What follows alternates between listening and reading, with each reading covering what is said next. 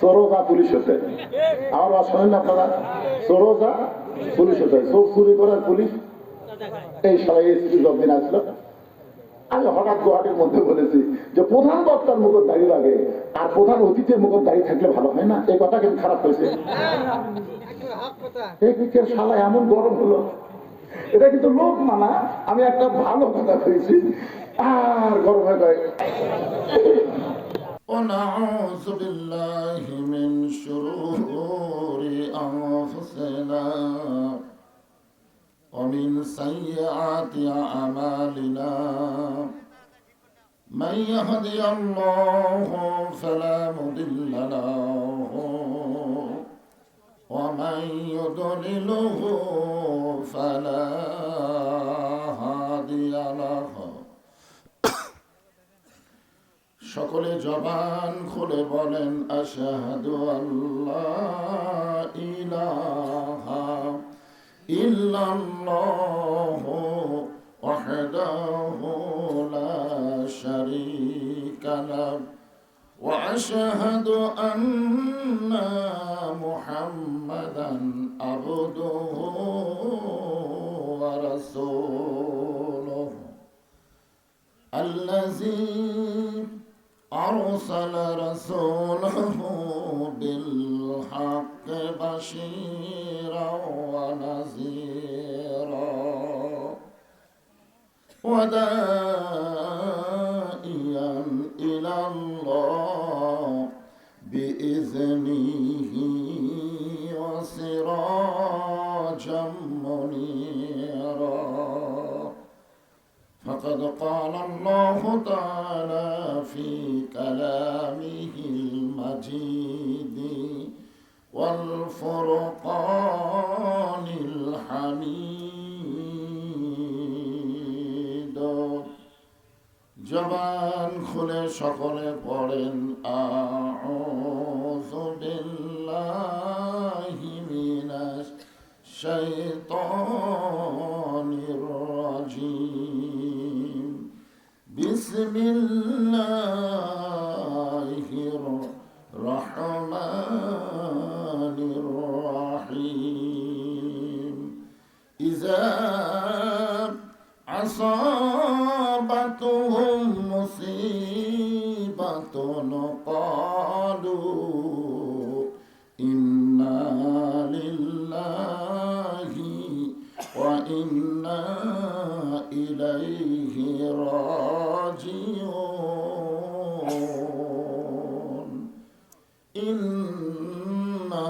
ইন্নাল্লাহা ওয়া মালাইকাতাহু ইউসাল্লুনা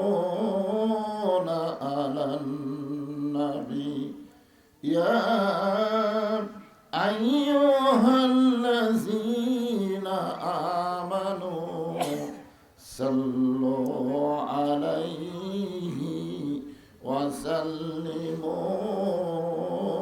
তাসলিমা আল্লাহুম্মা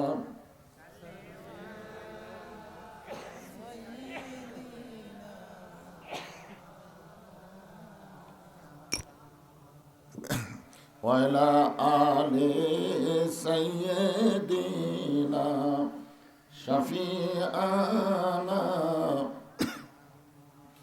হাজার হাজার মানুষ ছিল সেদিন, রাসূল ছিল মোদের একজনা, সকলে মারিল পাথর, নিষেধ কেউ করল না। আল্লাহুম্মা সাল্লি আলা মাওলানা মুহাম্মদ ওয়া আলা আলি সাইয়্যিদিনা শাফিআনা ইয়া আইয়ুহাল্লাযীনা আমানু উযকুরুল্লাহা যিকরান কাসীরা লা ইলাহা ইল্লাল্লাহ লা ইলাহা লা ইলাহা ইল্লাল্লাহ লা ইলাহা ইল্লাল্লাহ লা ইলাহা ইল্লাল্লাহ জোরে লা ইলাহা ইল্লাল্লাহ লা ইলাহা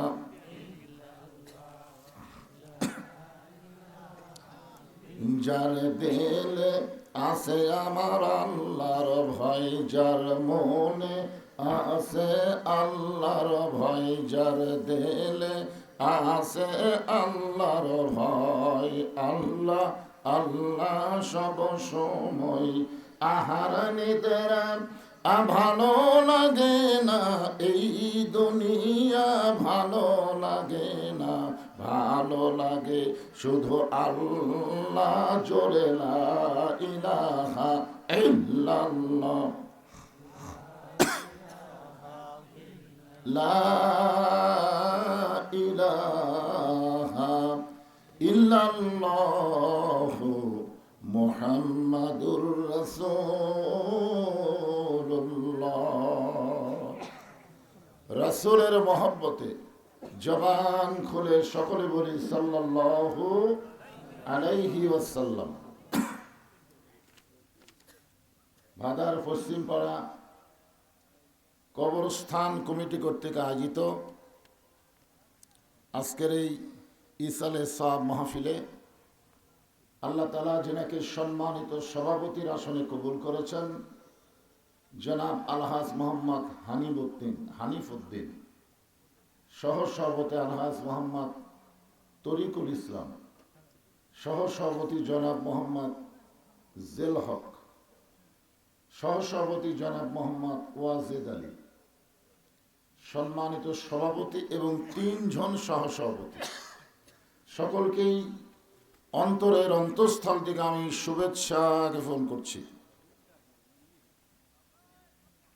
আপনার পিছনে যারা দাঁড়িয়ে আছেন, আজকের এই মাহফিলের শেষে কিন্তু ভাত তরকারি আছে। আপনারা বলেন তো দাঁড়ায়া নিবেন না বসে নিবেন? না না, ভাত তরকারি যখন দিবে তখন কি দাঁড়িয়ে থেকে নিবেন না বসবেন? তো খাওয়ার সময় যদি বসতে পারেন আর কোরআনের তাফসীর শোনার সময় দাঁড়িয়ে থাকলে এটা আদবি না বেদবি?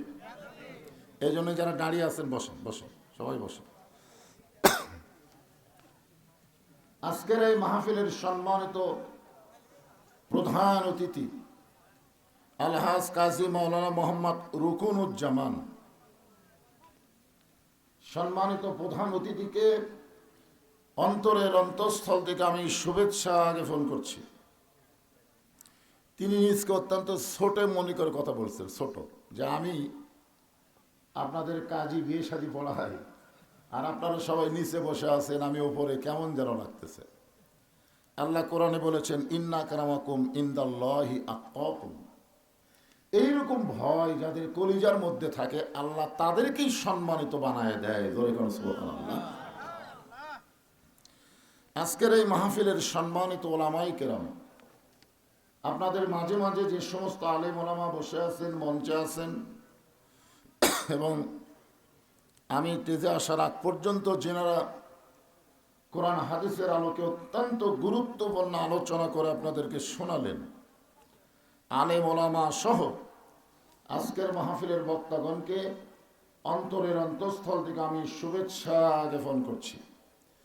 সম্মানিত অতিথিবৃন্দ, সম্মানিত বিশেষ অতিথিবৃন্দ এবং সম্মানিত আল্লাহর বান্দারা, কঠিন শীতকে উপেক্ষা করে আল্লাহ রাসূলের মহব্বত কলিজার মধ্যে ধারণ করে এই জান্নাতের বাগানে যিনারা বসে আছেন, আমি আমার অন্তরের অন্তঃস্থল থেকে আপনাদের সবাইকে শুভেচ্ছা জ্ঞাপন করছি।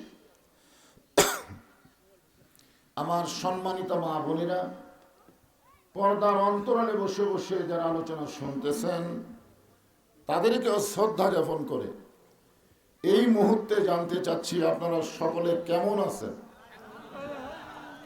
যে আল্লাহ শারীরিক সুস্থতা দান করে, মানসিক প্রশান্তি লাভের জন্য আজকের এই জান্নাতের বাগানে আমাদেরকে কবুল করেছেন, আমরা খুশি না বেজার? তাহলে জবান খুলে সমস্বরে সকলে বলবো রব্বানা লাকাল হামদ হামদান কাসীরান তাইয়িবান মুবারাকান ফিহি। আমরা প্রশংসা করলাম কার? কেন করলাম? সুস্থ থাকার জন্য। মাশাআল্লাহ। আসলে আল্লাহর প্রশংসা করে কি হিসাব করে করা যায়? আল্লাহর প্রশংসা করার বহু কারণ। তার মধ্যে 1 নম্বর কারণ হলো আমরা বাংলাদেশ এমন একটা জায়গায় আমাদের অবস্থান যার 3 দিকে হচ্ছে ভারত। যেরকম 3 দিকে কি? ভারত। আর একদিকে ফাঁকা আছে, সেই দিকে আছে সাগর। সেই দিকে কি? ভারতে যারা বসবাস করে তারা অধিকাংশই হলো হিন্দু। অধিকাংশই কি? হিন্দু। এই আমাদের হাসিনা যখন ভারতে পালায় গেছে, পলানোর পর থেকে ভারত মোটামুটি আমাদের উপর একটু খেপে গেছে। যেরকম ঠিক কিনা? আপনার পেপার পত্রিকা খবর দেখেন কিনা? এই কিছুদিন আগে ভারত থেকে বলা হয়েছে আমরা পেঁয়াজ বন্ধ করে দিলাম, চিনি বন্ধ করে দিলাম, এটা বন্ধ করে দিলাম, সেটা বন্ধ করে দিলাম। ওরা মনে করতেছে আমরা এইগুলো বন্ধ করে দিলে বাংলাদেশের লোকেরা না খেয়ে মরবে। ওদের ধারণা। আপনারা বলেন আমরা কি ভগবানের দিকে তাকায় আছি না আল্লাহর দিকে? হিন্দুরা যে ভগবানকে বিশ্বাস করে, আপনারা বলেন তো সেই ভগবানের কোনো অস্তিত্ব আছে? নাই, কিন্তু নাই। কারণ একটাই মাত্র ধর্ম। অনেকে বলে সমস্ত ধর্মের ভিতরে শ্রেষ্ঠ ধর্মের নাম কি? এই কথাটা বলা হচ্ছে কবিরা গুনাহ। মানে সমস্ত ধর্মের মধ্যে ইসলামকে শ্রেষ্ঠ বলা যাবে না, কারণ ইসলামই একমাত্র ধর্ম, অন্য কোনো ধর্মই নাই। ধরে কোন কথা ঠিক কি? এই কথাকে আমার না আল্লাহ? আল্লাহ কোরআনে বলেছেন অমাইয়াবতাগি গায়রাল ইসলামা দীনান ফালা ইউকবালা মিনহু। এই আয়াতের বাংলা অর্থ হলো ইসলাম ছাড়া অন্য কোনো ধর্ম কেউ যদি গ্রহণ করে এইটা আল্লাহর দরবারে কবুল হবে না। আল্লাহর কাছে কবুলযোগ্য একমাত্র ধর্মের নাম কি? আর সেই ধর্মকে আমরা গ্রহণ করেছি। যেরকম ঠিক কিনা? আর ভগবানের জাতেরা আমাকে নাকি রেজেক বন্ধ করে দিবে। আল্লাহ কি বলেছেন? ওমা মিন দাব্বাতিন ফিল আরদি ইল্লা আলাল্লাহি রিজকুহা। পৃথিবীতে এমন কোন বিচরণশীল প্রাণী নাই যার রেজেকের ব্যবস্থা আল্লাহ করেনি। যেরকম সুবহানাল্লাহ। তাহলে সব প্রাণী রেজেক যদি আল্লাহই দেয়, তাহলে আমরা মুসলমান, আমাদের রেজেক কে দিবে? আরো জোরে বলেন। সে ভারত অবশ্য মাঝে মধ্যে হুমকি মারতেছে। আজকেও একটা মারছে, আপনারা জানেন। আজকের হুমকি কি? জিহুরুজি কি? আপনি বলেন। আজকের হুমকি হচ্ছে অতি সত্য, মানে খুব শীঘ্রই বাংলাদেশকে ওরা দখল করে নিবার চায়। দেখছেন?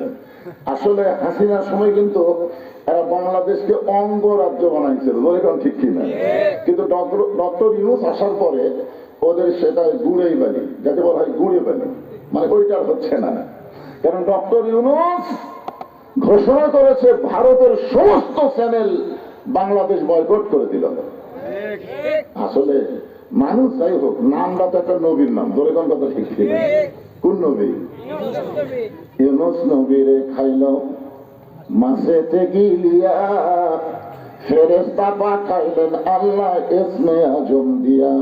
দমে দমে সে হরদম পরে সে ইসমে আজম, মাছেরই উদর হইতে বাঁচাইলে প্রাণ। সবাই বলেন আল্লাহু আল্লাহু, তুমি জানলি জালালুহু, শেষ করা তো যায় না গিয়ে তোমার গুণগান। জোরে বলেন আলহামদুলিল্লাহ। আমরা বিশ্বাস করি যে আল্লাহর কাছে ভগবানের অস্তিত্ব সবাই বলা লাগবে। কারণ আপনারা মনে করতেছেন যে আপনাদের ভাগারই খালি ওয়াজ হচ্ছে, তা না। এই যে ক্যামেরাগুলো দেখতেছেন, এই ক্যামেরার মাধ্যমে লাইভ করে গোটা বিশ্ব আপনাদের ভাগারের ওয়াজ দেখতেছে। বুঝতে পারতেছেন না? আপনাদের ওয়াজ এখন কোন জায়গায় চলতেছে? আমেরিকাতেও চলতেছে, লন্ডনে চলতেছে, সৌদি আরব চলতেছে, মানুষই চলতেছে। বাংলাদেশের যত মানুষ বিশ্বে বসবাস করে সবাই আপনাদের ভাদারের ওয়াজটা লাইভে দেখতেছে। সুবহানাল্লাহ।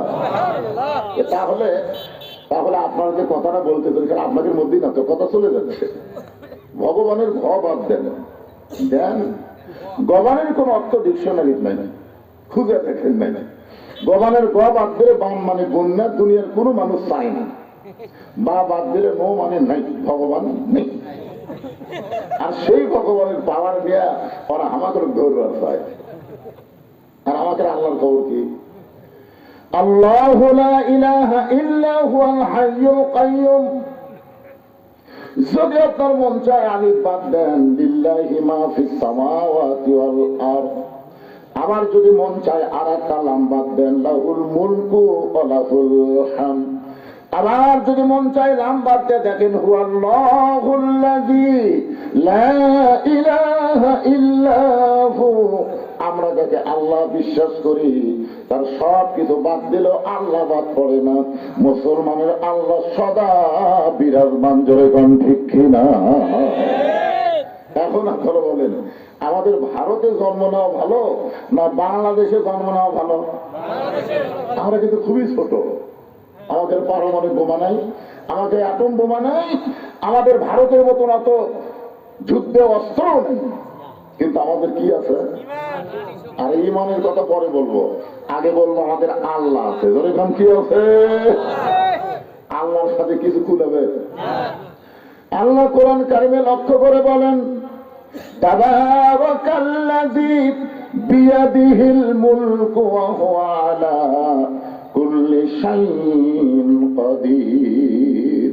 গোটা পৃথিবীর রাজত্ব, কর্তৃত্ব, মালিকানা একমাত্র কার হাতে? না মোদির হাতে? কার হাতে? এটা কিন্তু বিশ্বাস করে বলা লাগবে। আল্লাহ রাসূল বলেছেন এমন একটা সময় আসবে তখন হিন্দু মুসলমানের মধ্যে একটা যুদ্ধ শুরু হবে। সেই যুদ্ধের নাম হলো গজওয়াতুল হিন্দ। এই যুদ্ধে যে সমস্ত মুসলমান দুনিয়া থেকে বিদায় নিবে, রাসূল বলেছেন তাকে বদরই শহীদদের সঙ্গে আল্লাহ কবুল করে নিবে। তাহলে আমাদের লাভ না লস? আমরা মরে গেলেও জান্নাত, বাঁচা থাকলেও লাভ। আর হিন্দুদের খবর কি? মরে গেলে। এই জন্য মুসলমান কোনো কিছুকেই ভয় করে না, কারণ মুসলমান বিশ্বাস করে মিনহা খালাকনাকুম ওয়া ফিহা নুয়ুদিকুম ওয়া মিনহা নুখরিজুকুম তারাতান উখরা। আল্লাহু আকবার। আমরা আল্লাহর প্রশংসা কেন করব? আপনারা একজন বললেন আল্লাহ সুস্থ রাখছে তাই না, এটাও কারণ। কিন্তু এক নম্বর কারণ হলো আল্লাহ দয়া করে, রহম করে আমাদেরকে মুসলমানের ঘরে মুসলমান হিসাবে কবুল করেছেন। যদি হিন্দুর ঘরে পাঠাতো তাহলে আমাদের অবস্থাটা কি হতো? যদি ইহুদি খ্রিস্টানদের ঘরে আল্লাহ পাঠাতো আমাদের করার কিছু আছে? কিন্তু আল্লাহ ওই সকল ঘরে না পাঠায় সরাসরি আমাদেরকে মুসলমানের ঘরে কবুল করেছেন। খুশি না বেজার? তাহলে জবান খুলে বলি আলহামদুলিল্লাহ। এখানে কোনো গল্প করা চলবে না, কোনো কথা চলবে না। বাজান আছেন আমার মুক্তার, আছেন আমার ব্যারিস্টার, শেষ বিচারের হাইকোর্টেতে তিনি আমায় করবেন পার। আমি পাপী রাসূল জাবিন্দার। আমাদের ভাগ্য কত ভালো। রাসূল বলেছেন কেউ যদি সারা জীবন পাপ করে আর মৃত্যুর সময় যদি ঈমানের সাথে মৃত্যুবরণ করতে পারে, আমি রাসূল ওয়াদা দিয়ে দিলাম তাকে জান্নাতে না নিয়ে আমি রাসূল জান্নাতে যাব না। চিন্তা করছেন যে সারা জীবন যদি আমরা পাপ করি আর মরার সময় যদি ঈমানের সাথে বিদায় নেই, রাসূল আমাদের উকিল হবেন, আমাদের ব্যারিস্টার হবেন, আল্লাহর সামনে আমাদের ওকালতি করে আমাদেরকে জামিন করে জান্নাতে পৌঁছে দিবে। এমন একজন নবী পাওয়াতে খুশি না বেজার? এখন আপনাদের কাছে আমার প্রশ্ন হলো, আমাদের নবী কি শুধুই নবী? না না না, আমরা কিন্তু দরুদের মধ্যে আরবিতে বলে দিছি, বাংলাতে হয়তো বোঝেননি। আল্লাহুম্মা সাল্লি আলা সাইয়্যিদিনা মুহাম্মদ। কি বলছেন? না না না, এই যে সাইয়্যিদিনা শব্দের অর্থ কি? আচ্ছা, এই সর্দার না করে নেতা পাওয়া যায় না? সর্দার একটু ছোট ছোট মনে হয়, এই লোকটা গ্রামের সর্দার না, নেতা বলে একটু বেশি পাওয়ারফুল মনে হয় না? আমাদের নবী সর্দার না নেতা? কেমন নেতা? আমার নেতা, তোমার নেতা। যারা না বলে মুখ বন্ধ করে থাকেন থাকেন, কোনো অসুবিধা নেই। অসুবিধা আপনার এই একটা স্লোগানে হয়তো আল্লাহ আপনাকে জান্নাতে কবুল করতে পারে। যেরকম পারতে পারেন। আপনি কি মনে করছেন নামাজ দিয়ে, রোজা দিয়ে, হজ দিয়ে আপনি জান্নাতে যাবেন? আল্লাহ কোরআনে বলেছে ওয়াবতাগু ইলাইহি ওয়াসিলা, যে কোনো একটা ওসিলায় আল্লাহ তোমাকে নাজাত দিয়ে দিব। যেরকম সুবহানাল্লাহ। আজকে যারা লেপের মধ্যে না ঢুইকে, তোষকের মধ্যে না ঢুইকে, এই ঠান্ডার মধ্যে, শীতের মধ্যে যারা জান্নাতের বাগানে আছেন, এই ওসিলা আল্লাহ আমাদের জান্নাত দিবার পারে। যেরকম পারে কি পারে না? মুসলমানের বাচ্চা মেলার মধ্যে কথা কয়, দেখছেন? মুসলমানের বাচ্চা, আরে আফসোস লাগে, আফসোস যে তুমি মুসলমানের সন্তান হয়ে আজকে কোরআনের মাহফিল বাদ দিয়ে তুমি মেলার মধ্যে গল্প করো। এত রাত এখনো তোমার মেলা শেষ হয়নি, কি বলেন? এই জন্যে এটা একটা ওসিলা হতে পারে। বিশ্বাস করতেছেন না নাকি? আল্লাহ কোরআনই বলেছেন ওয়াবতাগু ইলাইহি ওয়াসিলা, আমি তোমাদের নাজাতের ব্যাপারে ওসিলা অন্বেষণ করবো। যেরকম সুবহানাল্লাহ। কারণ আল্লাহ তোমাকে জান্নাত দিবেই, দিবে না? দিবেই, কিন্তু কোন ওসিলায় দিবে? হতে পারে আজকের এই মাহফিলের ওসিলায়। এই বাবা, এখন তুমি কি শুরু করলে? কি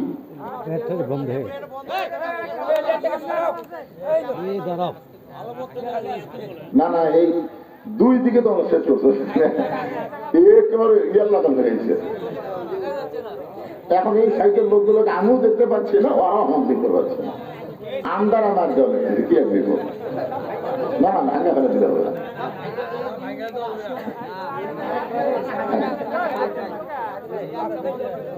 হইচই না করে, এখানে অসংখ্য রহমতের ফেরেশতা, আপনাদের চাইতেও ফেরেশতা এখানে বেশি, কম না বেশি?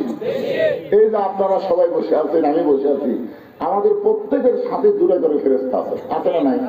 তাহলে এই হিসাবে তো ডবল। আমরা যা আছি ফেরেশতা তার ডবল। আর অসংখ্য ফেরেশতা আজকের এই সামিয়ানা থেকে আরশ পর্যন্ত দাঁড়িয়ে গেছে। যেরকম সুবহানাল্লাহ।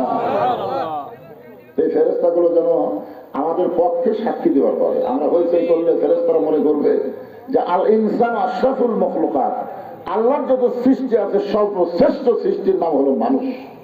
ইনসান মানে মানুষ। আল্লাহর প্রশংসা করার কারণ হলো আল্লাহ আমাদেরকে ভাগ্য গুণে বিশ্ব নবীর উম্মত হিসাবে কবুল করেছেন।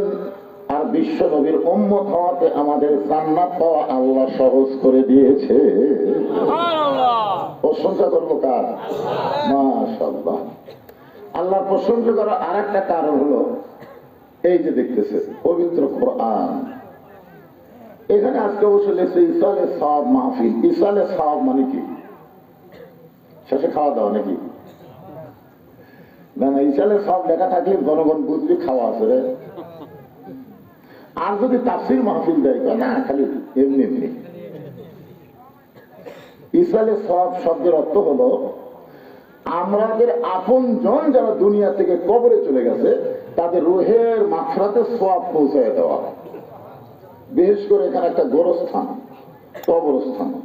আমি বললাম যে ভাই গোটা পাড়ার কি এটা গোরস্থান? বলে না হুজুর, পারিবারিক কবর আছে, তবে আমরা এটা নতুন করে একটা সম্মিলিত গোরস্থান তৈরি করছি।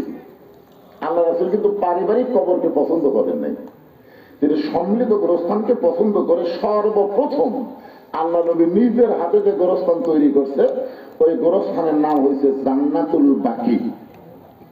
নাম কি? জান্নাতুল বাকি। সাহাবীরা বললেন হুজুর, সম্মিলিত গোরস্থানের মধ্যে লাভ কি? আল্লাহ রাসূল বুঝাই দিলেন এভাবে, মনে করেন আমি গরমের ভিতরে ওয়াজ করতেছি, গরম ওয়াজ করার কারণে আমার গাওটা খুব ঘেমে যাচ্ছে, তখন এক লোক দয়া করে পাকাই আমাকে বাতাস করতেছে, শুধুমাত্র আমাকে লক্ষ্য করি কিন্তু বাতাস করতেছে, বাতাস একটু ঠান্ডা হবে, কিন্তু আমার আশেপাশে যারা আছে ওদেরকে কিন্তু লক্ষ্য করেনি। এখন আশেপাশে থাকার কারণে এরা কি বাতাস পাবে? আপনাদের গোটা গোরস্থানে যদি একজন আল্লাহওয়ালা শুয়ে থাকে, ওই আল্লাহওয়ালার জন্য আল্লাহ যখন রহমতের দরজা খুলে দিবে, প্রত্যেকটা কবর রহমতের একটা অংশ পাবে। আর একলা একলা দেবেন, ভালো হলে ভালো, খারাপ হলে আমরা সকলে মিলে মরার পরও একসঙ্গে থাকতার চাই, কি ভাই? এই জন্যই কিন্তু গোরস্থানকে লক্ষ্য করে আজকের মাহফিল। এখন আসেন কবরকে নিয়ে আমি আজকে আলোচনা করব, বেশি রাজনীতি করা যাবে না। এই গোলাম হোসেন যখন ওয়াজ করতেছিল, এক মেয়ে মানুষ, আমি যেখানে আছি ওখানে এক মেয়ে মানুষ বলে আমাদের এইখানে রাজনীতি করে, মেয়ে মানুষ। আমি ওটা শুনে ভয় খেতে ভাই, এখন হাসিনার মেয়ে আছে। আমি বলো আজ ওয়াজ শেষ রে, মরদ গুলো তো বিড় করতেছে, সব শুনতেছি, কে কি বলতেছে ওখান থেকে দেখ, পাশে খাওয়া দাওয়া হচ্ছে, ওখানে কে কি বলতে সব শুনতেছি, কিন্তু একটা মেয়ে যখন চিৎকারতে বললো আমাদের এই খালি রাজনীতি করতেছে, চিন্তা করছে। তখন আমি নিয়োগ করছিলাম রাজনীতি বাদ, খালি কবরকে দেওয়া হবে, মরা তখন লাগবে, কি নিয়ে মরবেন, কেন কবরে যাবেন, কবরে কেমনে গেলে আল্লাহ জান্নাত দিবে, এই বিষয়গুলো আপনাদের সামনে উপস্থাপন করার দরকার আছে না? নাই, এইগুলাই বলবো। কোন রাজনীতি ফাজনীতি নেই, হাসিনা দা করে করুক, আমাকে চালাই করুক। হ্যাঁ, এই কারণে আমি একটা আয়াতে কারিমা তেলাওয়াত করেছি। আমাদের কাহালুতে কোনো মানুষ যখন মারা যায়, মরার খবর শুনেই সকলে বলে ইন্না লিল্লাহি ওয়া ইন্না ইলাইহি রাজিউন। আপনাদের শেরপুরের খবর কি? একই খবর। তার মানে বোঝা গেল মরার পরে আমাদের কাহালু আপনাকে শেরপুরে হইলেন। আসলে এটা কি মরার আয়াত? এইটাই বুঝতে হবে আগে। আল্লাহ কোরআন লক্ষ্য করে বলতেছেন ইজাত মানে যখন আসাবাতুহুম মুসিবাত, তোমাদের উপরে বিপদ আপদ মুসিবত আসবে, তখন তোমরা বলবা ইন্না লিল্লাহি ওয়া ইন্না ইলাইহি রাজিউন। এখন কি বুঝলেন? এটা কি মরার আয়াত না বিপদ আপদ মুসিবতের আয়াত? কারণ এখানে তো অ্যাঙ্গেলে নেই, ডাইরেক্ট একের শব্দিক অর্থ আপনাদের শুনে দিলাম। ইজা মানে যখন, আসাবাতুহুম মুসিবা, তোমাদের উপরে বিপদ আপদ মুসিবত আসবে, আল্লাহ বলতেছেন ক্বালু, তখন তোমরা বলো ইন্না লিল্লাহি ওয়া ইন্না ইলাইহি রাজিউন। এখন যে আপনারা ইন্না লিল্লাহ পড়েন মানুষ মরার পরে, এই ইন্না লিল্লাহ বাংলা অর্থ কি?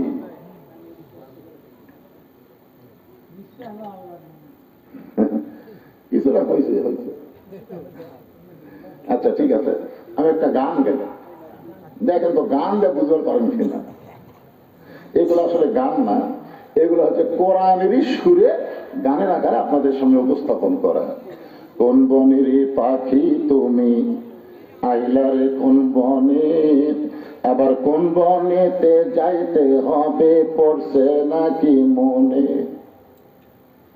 বুঝতে পারছেন? আমি একটু সহজ করে দিই, আমরা কোথায় ছিলাম, আমরা কোথায় আসলাম, আবার কোথায় যাব। একজন ভাই বলতেছে আমরা জান্নাতে ছিলাম। জান্নাতে আপনি আসলেন? আদম আলাইহিস সালাম জান্নাতে ছিল, আদম আলাইহিস সালাম জান্নাতে ছিল। জান্নাতে যদি থাকবে তাহলে কেন বললেন ওই গাছের কাছে যাও না? জান্নাতের মধ্যে কোনো হুকুম থাকবে না তো। জান্নাতের শর্ত হলো ওয়ালা তাস্তাহি আনফুসুকুম, তোমার মন যা পাবে তুমি জান্নাতে তাই করতে পারবে। বলেন সুবহানাল্লাহ। আদম আলাইহিস সালামকে আমরা কি বলতেন? ওই গাছের কাছে যাইও না। তার মানে বোঝা গেল জান্নাতে হুকুম আছে, সব গাছের কাছে যাবা, ওটার কাছে যাওয়া হবে না। এর মানে বোঝা গেল ওটা জান্নাত নয়। জান্নাতে যাইতে গেলে শর্ত হলো ফাদখুলি ফি ইবাদি ওয়াদখুলি জান্নাতি। এই আয়াতের বাংলা অর্থ হলো তুমি যখন আল্লাহর ইবাদতকারী বান্দা হয়ে যাবে, তুমি তখনই জান্নাতে প্রবেশ করবে। ইবাদত করা ছাড়া জান্নাতে প্রবেশ করা যাবে না। এটা ডাইরেক্ট ফাদখুলি ফি ইবাদি ওয়াদখুলি জান্নাত। এখন আমরা বলবো আমরা জান্নাতে ছিলাম না, আমরা একটা জগতের মধ্যে ছিলাম, সে জগতের নাম হলো আলমে আরওয়াহ। আলমে আরওয়াহ, রুহের জগৎ। এই রুহের জগৎ থেকে আল্লাহ আমাদেরকে পাঠাইলো দুনিয়ার জগৎ। এই দুনিয়ার জগৎ থেকে আমরা যাব কবরের জগৎ। বলে কোন ঠিক কিনা? আল্লাহ রাসূল বলেন সর্বশেষে যেই ব্যক্তি দুনিয়া ছাড়বে কবরের জগতে তাকে কম পক্ষে 50,000 বছর থাকা লাগবে। কত বছর? বিশ্বাস করতেছেন নাকি? আফসোসের কিছুই বোঝা যাচ্ছে মনে হয় কি সর্বশেষে যেই ব্যক্তি মৃত্যুবরণ করবে কবরের জগতে তাকে 50,000 বছর থাকা লাগবে। যে দুনিয়ার জগতে আমাদের কোনো কি নাই, নিশ্চয়তা আছে নাকি? আপনি যে 3 তলা 4 তলা বাড়ি বানাচ্ছেন আর বারবার ঘাড় কাট করে দেখতেছেন, কি দেখো ভাই? রড বার করে রাখছি, দুই কান্দের ফেরেশতা কয় পাগলা উপর দিকে তাকাস না রে, তোর বাড়ি 3 তলা না, তোমার জায়গা হলো নিচতলা। যেরকম কি তলা? নিচতলা। 1 তলা না, 1 তলা না, নিচতলা মানে কি? আন্ডারগ্রাউন্ড। এখন নিচ তলায় যদি আমরা যাওয়ার চাই, আল্লাহ বলেছেন কোনো সমস্যা নাই। ইয়া আইয়ুহাল্লাযীনা আমানু তাকুল্লাহা হাক্কা তুকাতিহি ওয়া লা তামুতুন্না ইল্লা ওয়া আনতুম মুসলিমুন। কোনো সমস্যা নাই, যদি মুসলমান হয়ে মরতে পারো তোমাদের নিচতলা কবরকে আমি আল্লাহ জান্নাতের বাগান বানাইয়া দেব। তার মানে কি বুঝতেছেন কি হয়ে মরা লাগবে? আমরা কার ঘরে জন্ম নিছি? মুসলমানের ঘরে জন্ম নিলাম, অথচ আমাদেরকে আল্লাহ বলতেছে মুসলমান হয়ে তোমাকে মরা লাগবে। এখানেই তো মারিফতের ব্যাস। কিন্তু মুসলমানের ঘরে জন্ম নিলাম, আবার আল্লাহ কেন বলতেছে মুসলমান না হয় মরিস না রে? তার মানে বোঝা গেল মুসলমানের ঘরে জন্ম নিয়ে অনেকে কাফের হয়ে মরে, আবার অনেকে কাফের ঘরে জন্ম নিয়ে মুসলমান হয়ে মরে। ধরে কোন কথা ঠিক না? কথা বলে মুসলমানের ঘরে জন্ম নিয়ে কোরআনের কথা বললে তাই রাজনীতি করতেছে। কি মুসলমান? আল্লাহর কোরআনের আইন বাংলাদেশে চালু হবে, এই কথা শোনার পরে যার কলিজার মধ্যে কষ্ট হয় বুঝবেন ও মুসলমান না, ও হলো মুনাফিক নম্বর 1। জনগণ কথা ঢুকছে না, 1 নম্বর মুনাফিক। নবীর পিছনে নামাজ পড়ে, নবী হলেন ইমাম, সামনে কাতারে মুসল্লি, পাগড়ি ঠিক আছে, দাড়ি ঠিক আছে, জুব্বা ঠিক আছে, সব 1 নম্বর। কিন্তু কোরআনের একটা আয়াত যখন নাযিল হলো তখনই উনি ধরা খেল।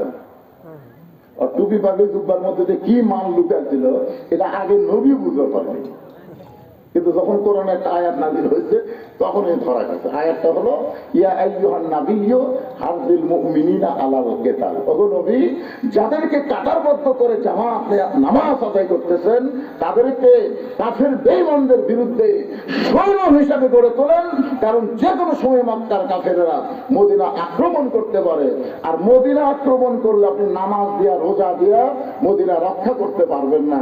ওই কাফেরদের বিরুদ্ধে অস্ত্র ধরা লাগবে। কার কথা?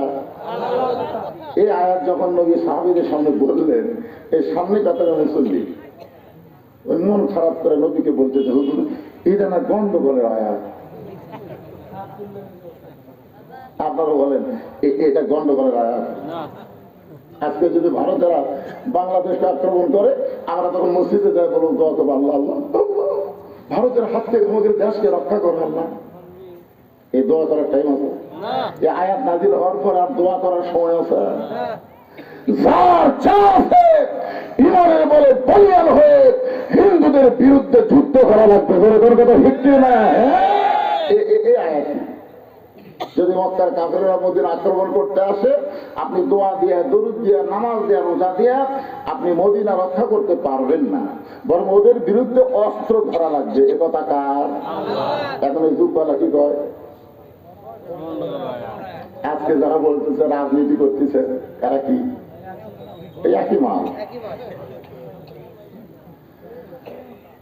আল্লাহ নবী চমকে গিয়ে বললেন, মাবুদ সামনে কাতারের মুসল্লি হইয়া তোমার আয়াতকে গন্ডগোলের আয়াত বলতেছি কে, একটা আমি চিনবার পারতেছি না। সঙ্গে সঙ্গে আল্লাহ আয়াত নাযিল করলেন, আমিনান নাসি মাইয়াকুলু আমান্না বিল্লাহি ওয়া বিল ইয়াউমিল আখিরি ওয়া মা হুম বিমুমিনিন। আল্লাহ বিশ্বাস করে, আখিরাতকে বিশ্বাস করে, আমি আল্লাহ বলতেছি ওই মুমিনই নয়, ও হলো মুনাফিক। জোরে কোন কি কথা বল না কেন? তো আমরা পাপী হতে পারি, গুনাহগার হতে পারি, কিন্তু আমরা মুনাফিক হতে পারবো না। জোরে কোন কথা ঠিক কি না? আপনারা বলেন তো মুনাফিকের জায়গা কোথায়? ওপরে না নিচে? এ বাবা এদিকে গল্প টল্প করিস না রে, মিডিয়া ম্যানেরা চুপ করে বসতে শোন। মুনাফিকদেরকে আল্লাহ জাহান্নামের সবচাইতে নিচে জায়গা দিবেন। সাহাবীরা জিজ্ঞাসা করলেন, ইয়া রাসূলুল্লাহ জাহান্নামের নিচে মুনাফিকের খাদ্য কি হবে? রাসূল বলেন, উপরে যে কাফের থাকবে ওই কাফেররা যে পেশাব পায়খানা করবে ওই পেশাব পায়খানা হবে মুনাফিকের খাদ্য। তাহলে কাফের পেশাব পায়খানা হলো মুনাফিকের খাদ্য। এখন আপনারা বলেন আমরা কি মুনাফিক হওয়ার চাই? তাহলে কি হয়ে মরা লাগবে? মুসলমান হয়ে মরতে গেলে আমাদের করণীয় কি? এই যে একটা গজল আছে, কিন্তু যেদিন ডাক পড়িবে কবর মাঝে যাইতে জোগাড় কিছু করছ বন্ধু তার মাঝে বিষাইতে। আপনার বলেন তো কবে ডাক পড়বে? দেখেন কি বলছেন, কিন্তু যেদিন মানে সময় বাঁচা দেয়নি বাবা। যদি আল্লাহ বলতো জাতি যাচ্ছ যা, তুই 60 বছর বাঁচত, তুই 70 বছর বাঁচবো রে, তোকে আমি সময় 70 বছর দিলাম, তাহলে 50 বছর যা ইচ্ছে তাই করে 51 থেকে তওবা তাসিল করিয়া বুঝলেন আমি যা খুশি দিন বলতেছি। এই সবাই বলে বয়স বাড়ে, আমি বলি কমে রে। একটু মনোযোগ দিয়ে শুনবেন, যে কোনো সময় যদি আমাদের মৃত্যু হয় তাহলে আমাদের এখন থেকে প্রস্তুতি গ্রহণ করা লাগবে। আর মুসলমানের 1 নম্বর প্রস্তুতি হলো নামাজ। নামাজ যদি না থাকে আপনি ঈমান এবং মুসলমানিত্ব রক্ষা করতে পারবেন না। এখন আসেন মনোযোগ দিয়ে শোনেন, ইযা আসহাবাতুহুম মুসিবাতুন ক্বালু ইন্না লিল্লাহি ওয়া ইন্না ইলাইহি রাজিউন। বিপদ আপদ মুসিবত যখন আসবে, এখন আপনাদের কাছে আমার প্রশ্ন হলো, এখানে সংক্ষেপে ছোট প্রশ্ন, খুব ছোট, যে বর্তমানে আপনাদের শেরপুর এই এলাকার জন্য সবচাইতে বড় বিপদ কি? যে বিপদের সময় আল্লাহ ইন্না লিল্লাহ পড়ার হুকুম দিল, কলু মানে আল্লাহ ফরজ করে দিল। এখন আপনারা বলেন আপনাদের এলাকায় সবচাইতে বড় বিপদের নাম কি?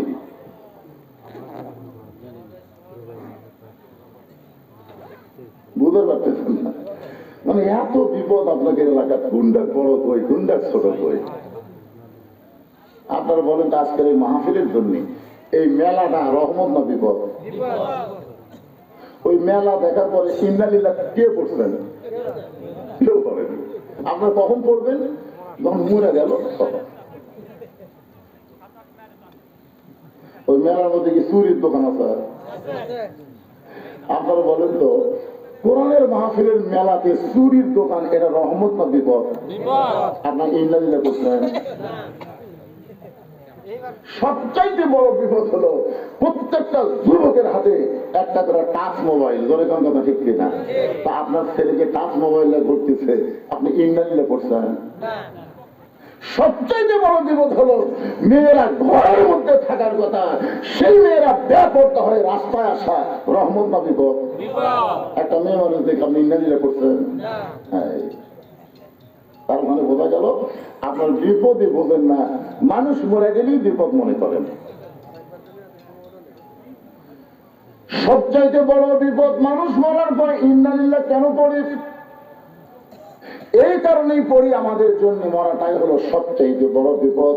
ও বাংলার মুসলমানেরা শুনে নেন, কোরআনকে যদি আইন হিসাবে গ্রহণ করে আল্লাহর হুকুম অনুযায়ী নবীর তরিকা মোতাবেক যদি চলতে পারেন, তাহলে মরাটা বিপদ না, মরার মাধ্যমে জান্নাতে প্রবেশ করা যায়। ঠিক কিনা? কিন্তু মানুষ বলে আমরা কেন পড়ি? আমরা মনে করি মরাটাই হলো বিপদ। আল্লাহ রাসূল বললেন, সর্বশেষে যেই ব্যক্তি কবরে যাবে, কবরের জগতে তাকে 50,000 বছর থাকা লাগবে। এই কথা শোনার পরে আমাদের মা উম্মাহাতুল মুমিনিন খাদিজাতুল কুবরা ছোট বাচ্চার মতন কান্না শুরু করে দিলেন।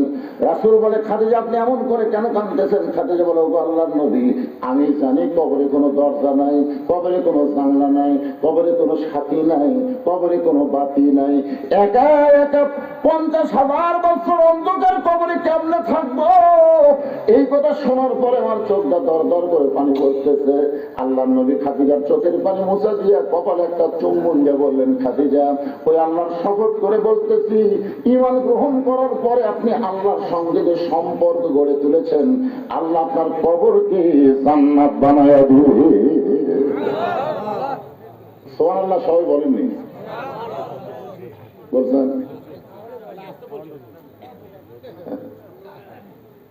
এবার এই তিনজন কি গল্প করে?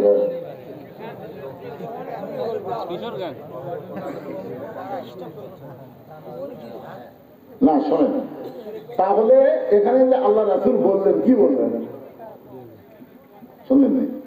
খেয়াল করেন। এদের তরিকতের লাইনে একটা কথা আছে, খেয়ালেতে রাখো মন, খেয়ালো অমূল্য ধন, খেয়ালো হারাইয়া গেলে সব হবে তার কারণ। আগে যখন আমি ছোটবেলা হাল বলতাম, আবহাওয়া বলতাম না, আমি সবসময় 2 নম্বর হাল ধরতাম। 2 নম্বর হাল ধরে আমার মনের সময় ঘুম ধরতো। একদিন গরুর পাওয়া হাল ধরছে, আর আব্বাসের চর দেখে, তুই খেয়াল করে হাল করছো। আসলে কিন্তু আমার খেয়াল ছিল না, বেখেয়াল হয়ে গেছে, ঢুকে গেছে। ধান কাটতে কাটতে যারা বেখেয়াল হয় তারাই কিন্তু হাত কাটে। ধরে কোন কথা শিখছি না, একটু মনোযোগটা শুনবেন। আল্লাহ রাসূল বললেন, খাদিজা, ঈমান গ্রহণ করার পরে আল্লাহর সঙ্গে আপনি যে সম্পর্ক গড়ে তুলেছেন, আল্লাহ আপনার কবরকে জান্নাত বানায়া দিবে। এখানে আমি আপনাদের কি বুঝাবার চাইলাম, আল্লাহর সঙ্গে সম্পর্ক করতে গেলে ঈমানের পরে করা লাগবে, ঈমানের আগে কোনো সম্পর্ক করা যাবে না। ঈমানের আগে সম্পর্ক করেছিল নবীর চাচা আবু তালেব, আল্লাহ তাকে জান্নাত দিবে না। দাদা হাতিম তাই আল্লাহর সঙ্গে সম্পর্ক করতে চেয়েছিল, দান করে আল্লাহ তাকে জান্নাত দিবে না। বাদশা নৌসেরন ঈমান গ্রহণ করার আগে ন্যায়পরায়ণ বাদশা হয়েছিল, কিন্তু আল্লাহ তাকে জান্নাত দিবে না। আল্লাহর যত কাজ তুমি করবার চাও, আগে ঈমান গ্রহণ করার পরে তারপরে করা লাগবে। ধরে কোন ঠিক কি না? আপনি নামাজ পড়বার গেলে আগে কি লাগবে? ধরে কোন ঈমান। ঈমান ছাড়া নামাজ পড়লে হবে? আসলে নামাজ পড়ার পরে জমির গেছে, দেখো উপর জমির পানি চলমল করতেছে, নিচে জমির পানি নেই। এত পানি উপরে, আমারটা পানি নেই। চারিদিকে টাকা পেলে কেউ নাই। আস্তে করে বসে জমির আল কাটা দিয়ে ওই পানি দিয়ে হাত ধরছে, ধরে আবার দাঁড়ায় চারিদিকে তাকায় বলতেছে আলহামদুলিল্লাহ, কেউ দেখেনি। এখন আপনারা বলেন, লোকটার কিন্তু আসরের নামাজ আছে, কিন্তু কি নাই? ঈমান যদি থাকতো তাহলে বলতো যে কেউ না দেখলো আল্লাহ দেখতেছে রে। ধরে কোন ঠিক কি না? সাহাবায়ে বললেন, রাসূলুল্লাহ, মা হুয়াল ঈমান, এই ঈমানটা কি? আল্লাহ রাসূল বললেন, ইকরার বিল লিসান, তাসদীক বিল জানান, আমল বিল আরকান, এর নাম হলো ঈমান। জবানে বলতে হবে লা ইলাহা ইল্লাল্লাহ, জবানে বলা লাগবে। সবাই বলেন লা ইলাহা ইল্লাল্লাহ, লা ইলাহা ইল্লাল্লাহ, লা ইলাহা ইল্লাল্লাহু মুহাম্মাদুর রাসূলুল্লাহ। আপনার বলেন তো, এই ইকরার বিল লিসান রাসূল যদি বলতো এটা ঈমান, তাহলে আমাদের জন্য তো কোনো সমস্যাই হতো না। কিন্তু মারাত্মক ক্যাশ মারছে ভাই, তাসদিক বিলছে না। তাহলে মুখের মধ্যে কলেমা জপলে হবে না রে, ওই কলেমাটা কলিজার মধ্যে ঢুকান লাগবে। দরকার কার ভিতর? কলিজার মধ্যে যখন ইমানের জায়গা হবে, ওই লোকটার কাছে জীবনের চাইতে ইমানের দাম বেশি হবে। এখন আপনারা বলেন তো, এই ভাদারের লোকেরা, আপনাদের কাছে জীবনের দাম বেশি না ইমানের দাম বেশি? এই মুখে মুখে বলতেছেন। 15.5 বছর আমার মতন বক্তার কাছে আল্লাহর চাইতে হাসিনার ভয় বেশি। আমার মতন বক্তা চারিদিকে তাকায় ওয়াজ করে, পুলিশের গাড়ি, র্যাবের গাড়ি, আওয়ামী লীগের ক্যাডার আছে কিনা, এগুলো যদি থাকে তেল তেলা ওয়াজ করে বাড়ি দিয়েছি। বউ আগে ভয় দেখাচ্ছে পুলিশ যেন না ধরে, আজরাইল ধরবে। এই কথা আমার বউ একদিনও করেনি, খালি বলছে পুলিশ যেন না ধরে। ইমানদারেরা পুলিশ ধরার ভয় করবে না, আজরাইল ধরার চিন্তা করবে। এখন কথা ঠিক কিনা কথা বলে? পুলিশ ধরলে আপনার ছাড়বে, আজরাইল ধরলে মনে ছাড়বে। একটু মনোযোগ দেবেন। তাসদিক বিল জানান মানে কলিজার মধ্যে ইমান। কলিজার মধ্যে যখন কারো ইমান ঢুকে যাবে, ওই মানুষটা জীবনের চাইতে ইমানের গুরুত্ব বেশি দিবে। দরকারি উকিল বলবে আপনার ফাঁসি হবে রাত্রি 12টায়। নাম হলো মীর কাসেম আলী। নাম কি? মীর কাসেম আলীকে বলেছে রাত 12টায় আপনার ফাঁসি হবে। তো এখন কয়টা বাজে? প্রায় 9:30। তাই তাহলে 2 ঘন্টা ঘুম পাড়ি, 2 ঘন্টা ঘুম পাড়ি। তুমি আমার ডাক দিও, যদি আমি চেতন না পাই তুমি আমার ডাক দিও। উকিল কয়টাই মানুষ কেন? রাত 12টায় ফাঁসি হবি, 9:30 বাজে, 2 ঘন্টা ঘুম পাড়ি। এতক্ষণ চেতন থেকে কি হবি? 2 ঘন্টা ঘুম পড়ে তুমি 8 ঘন্টা আগে আমার ডাক দিও। যদি আমি চেতন পাই তাহলে লাগবে না, আর যদি না পাই আমার ডাক দিও। উকিল কয়টা মানুষ না? 3 ঘন্টা পর তার ফাঁসি হবি, আরই আমি ঘুম পাড়ি। যাই হোক, উকিল বিশ্বাস করে, মনে করছে পাগল হয়ে যাবে, ফাঁসির চিন্তা পাগল হয়ে গেছে। একেবারে 8 ঘন্টা সময় যখন আছে, তখন উকিল সাহেব এসে দেখে লাখ টাকার ঘুম পাড়তেছে।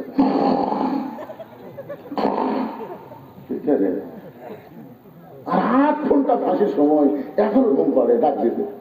লাভ ধরে বলছে ভাই ফাঁসির টাইম আছে না? স্যার এখন 8 ঘন্টা আছে। তাহলে 2 রাকাত নামাজ পড়ি। ওদের করে সে 2 রাকাত নামাজ পড়ে এখানে পাঞ্জাবি টাঞ্জাবি গাওয়ার দিয়ে আতর সুরমা জায়গা বলতে চল যাই। উকিল বলতেছে কোথায় যাবেন? কোথায়? বলে ফাঁসির কাছটা। আপনি জানেন আপনার ফাঁসি হবে, মৃত্যু হবে। মীর কাসেম আলী মুসকে মুসকে হাসিয়ার বলে তোমরা বলো আমার ফাঁসি হবে, কিন্তু আমার আল্লাহর কোরআন বলতেছে আমার মৃত্যু হবে না। ওয়ালা তাকুলু লিমান ইউকতালু ফি সাবিলিল্লাহি আমওয়াতুন বাল আহইয়াউ ওয়ালাকিন লা তাশউরুন। কলিজার মধ্যে যখন ইমানের জায়গা হবে, ওই মানুষটা ফাঁসিকে মৃত্যুবরণ করবে না, বরং ফাঁসিকে আল্লাহর জন্য জীবিত মনে করে তারা হাসতে হাসতে ফাঁসির মঞ্চে যাবে। কারণ তাদের কাছে জীবনের চাইতে ইমানের দাম বেশি। এবার জানে যে মুখ মাছ রাখা সোজা, মাছটা খুলো। এতদিন পর আছে তোমার চেহারা দেখো না, আমি ঠিক আছে এটা দেখার জন্য বললাম। মুকুট দিয়ে থাকো, যখন মোটর সাইকেল চালাও, সাইকেল চালাও, ধুলে বালি চালাও, আপনার নাকে মুখে না ঢোকে। এই জন্য মাস্ক খালি করোনার সময় না, সবসময় পরা দরকার, ঠিক না? আর মেয়ে মানুষের মাস্ক তো পরাই যাবে, কারণ মুকুট মাস্ক দিয়ে ওরকে সোনার চেহারা দেখা যায় না, ঠিক কিনা বলেন? কিন্তু করোনার সময় সব মেয়ে মানুষ মাস্ক দিচ্ছে, আর দিচ্ছে না। মেয়ে মানুষের করোনা বেশি বিপদ না পর পুরুষ দেখা বেশি বিপদ? ইন্নালিল্লাহ কখন পড়বে? করোনা এলে আল্লাহ কোরআনে বললেন অকরনা ফি বুয়ুতিকুন্না ওয়ালা তাবাররাজনা তাবাররুজাল জাহিলিয়াতিল উলা। রাসূল খাদিজার কপালে চুম্বন দিয়ে বললেন, খাদিজা ওই আল্লাহর শপথ করে বলতেছি, ঈমান গ্রহণ করার পরে আল্লাহর সঙ্গে যে সম্পর্ক গড়ে তুলেছেন, আপনার যখন মৃত্যু হবে আল্লাহ আপনার কবরকে জান্নাত বানায়া দিবে। এখন আপনাদের কাছে আমি জানতে চাই, গোরস্থান যদি জান্নাত হয়ে যায় তাহলে 500 বছর কি? আর 50,000 বছর কি, আর 1 কোটি বছর কি, কোন জান্নাত হয়ে গেছে। আর এখানে বছরের হিসাব আছে? সুবহানাল্লাহ। এরপরে মা খাদিজা যখন ছোট বাচ্চার মতন কান্দে, রাসূল বলে, খাদিজা এত বড় সান্ত্বনা পুরস্কার দিলাম, এরপর আপনি কাঁদেন কেন? খাদিজা বলে, রাসূলুল্লাহ যদি আপনার কাছে কিছু চাই আপনি কি আমাদের দিবেন না? সঙ্গে সঙ্গে রাসূল 3 বার নাউযুবিল্লাহ বললেন। নাউযুবিল্লাহ, নাউযুবিল্লাহ, নাউযুবিল্লাহ। কয়বার? খাদিজা বললেন, হুজুর আমি আপনার কাছে কিছু চাই। এই কথা শোনার পরে আপনি 3 বার নাউযুবিল্লাহ বলার কারণ? রাসূল বলেন, খাদিজা ঈমান গ্রহণ করার পরে আল্লাহ ছাড়া অন্য কারোর কাছে চাওয়া জায়েজ। এখন আপনারা আল্লাহ ছাড়া অন্য কারোর কাছে চান?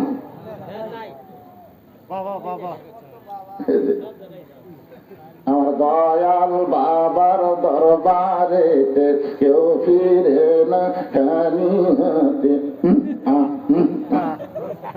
একটা বক্তা আছে দেখবেন খালি বাবার বাস করে। আল্লাহর ধন নবীরে দিয়ে আল্লাহ আছে গায়েব হইয়া, নবীর ধন খাজানিয়া শুয়ে আছে আজমিরে, কেউ ফিরে না খালি হাতে, খাজারে তোর দরবারেতে। জোরে গান, আরো জোরে গান। এটা কি হয় বলা লাগবে? কেউ ফিরে না খালি হাতে, আল্লাহ তোমার দরবারেতে। ইয়াকা না'বুদু ওয়া ইয়াকা নাস্তাইন। আমরা গোলামি করে আল্লাহর সাহায্য চাইবো আল্লাহর কাছে, আল্লাহ ছাড়া অন্য কারোর কাছে চাওয়া যাবে না, এমনকি নবীর কাছেও চাওয়া যাবে। আল্লাহ রাসূল তাকে বলবেন 11 সালে হজ করতে গেছিলাম প্রথম। আমরা তো গোরস্থানে যাই, আমরা দোয়া দরুদ পড়ে হাত তুলি না। ভাই আপনারা হাত তোলেন না গোরস্থানে? দোয়া দরুদ পড়ে যারা কবরে আছে তাদের রুহের মাগফিরাতে আমরা দোয়া করি। আমি মনে করছিলাম সবচাইতে দামি যাকে কবরই বলা যাবে না আল্লাহ রাসূলের, এটাকে আমরা কি বলি, কবর না রওজা? সবাই বলে ওই যে রাসূলের রওজা, পাশে আবু বকরের কবর, পাশে ওমরের কবর।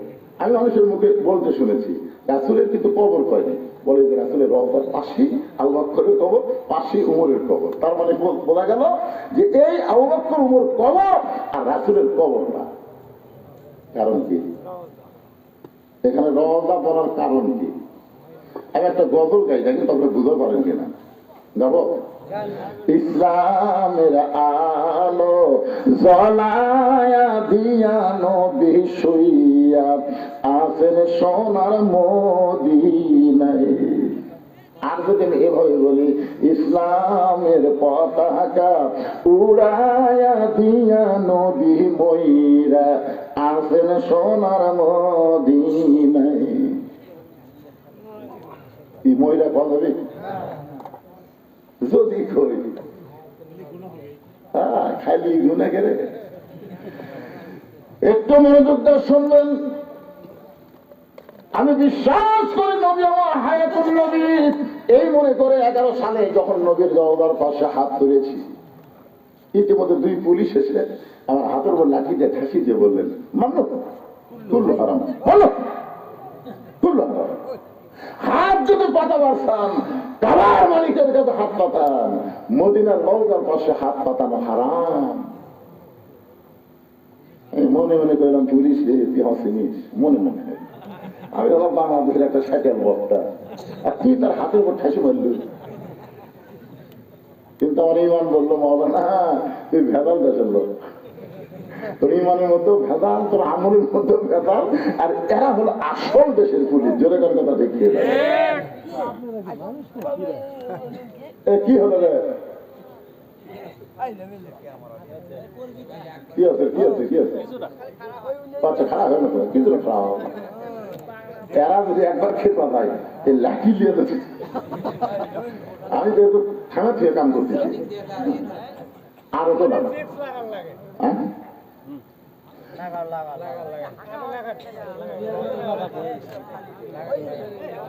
কি বলতেছিলাম, কি বলতেছি একটু মনোযোগ দিয়ে শুনেন। আজকের ওয়াজের শেষ, শুরু থেকে শেষ পর্যন্ত কবরকে নিয়ে ওয়াজ হবে। কোন রাজনীতি চলবে না। কিসের অ্যাঙ্গেল? অ্যাঙ্গেলের দিন শেষ, ডাইরেক্টে বাংলাদেশ কথা দেখছে।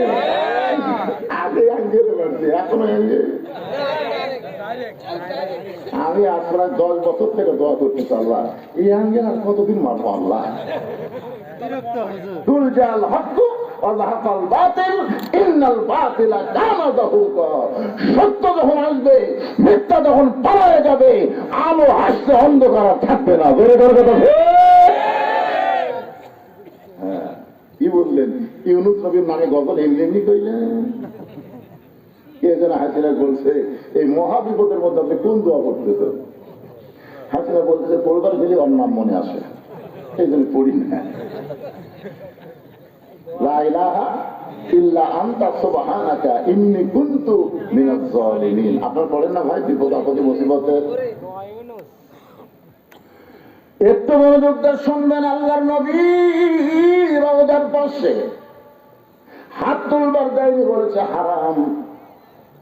আমার মন বলতেছে 2 টাকার পুলিশ হয়ে আমার মতন মৌলবীর হাতত ঠাকি মারল, এখন চিনিস এটা আমার মন। আর ইমান বলতেছে মাওলানা তোর ইমানের মধ্যে ভেজাল, তোর আমলের মধ্যে ভেজাল, কারণ যেই দেশের থেকে তুই ওয়াজ করবার আইছিস ওই দেশটাই হলো ভেজাল। 11 সালে বাংলাদেশের প্রধানমন্ত্রীর নাম হলো হাসিনা। জোরেকার নাম কি? এরশাদ চাচা পতনের পর বাংলাদেশের জনগণ আর মরদ মানুষের দেখেনি পারে। আগামী ইলেকশনে যে কি হবে, খালেদা যে হারে চাঙ্গা হচ্ছে, হাসিনার সময় মনে হয় খালেদা যায় যায় অবস্থা। জোরেকার ঠিক কিনা? এখন মোটামুটি সাইজ হচ্ছে।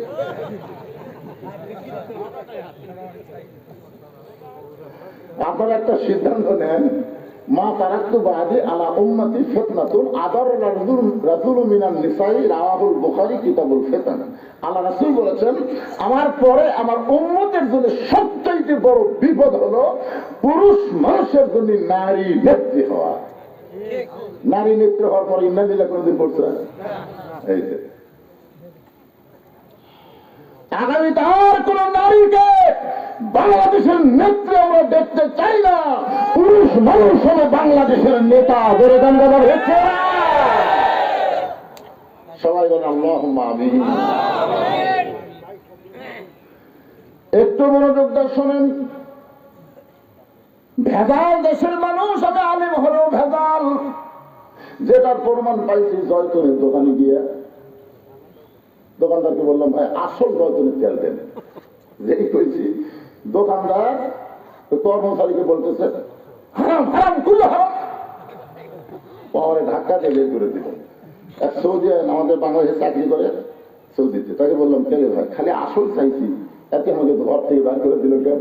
বলে হুজুর এখানে নকলি নাই, তো যেখানে নকল নাই সেখানে আসল চাওয়া মাত্রই ওরা বুঝবার তার ভেজাল দেশের লোক। কারণ কি জানেন? ওই দেশে আল্লাহর আইন চলে আর বাংলাদেশে মানুষের আইন চলে। আল্লাহ হচ্ছেন আসল আর মানুষ হচ্ছে ভেজাল। ধরে ধরে কথা দেখতে এই জন্য আগামীতে আমরা ভেজাল আইনে চলবো না, আল্লাহর কোরআনের আইনে আমরা চলতে চাই। তারা যারা চলতে চান দুই হাত তুলে আল্লাহকে দেখান। আল কোরআনের আলো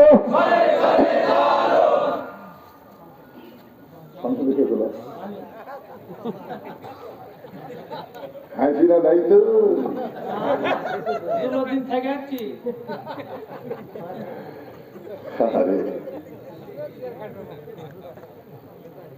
আপনারা কি মনে করতেছেন অন্যায় ভাবে যাদেরকে ধরে লেগেছে আমাদের কাছে নয় বা যাদেরকে অন্যায় ভাবে ধরে নিয়ে জেলের মধ্যে রাখছে তাদের বিচার হবে না?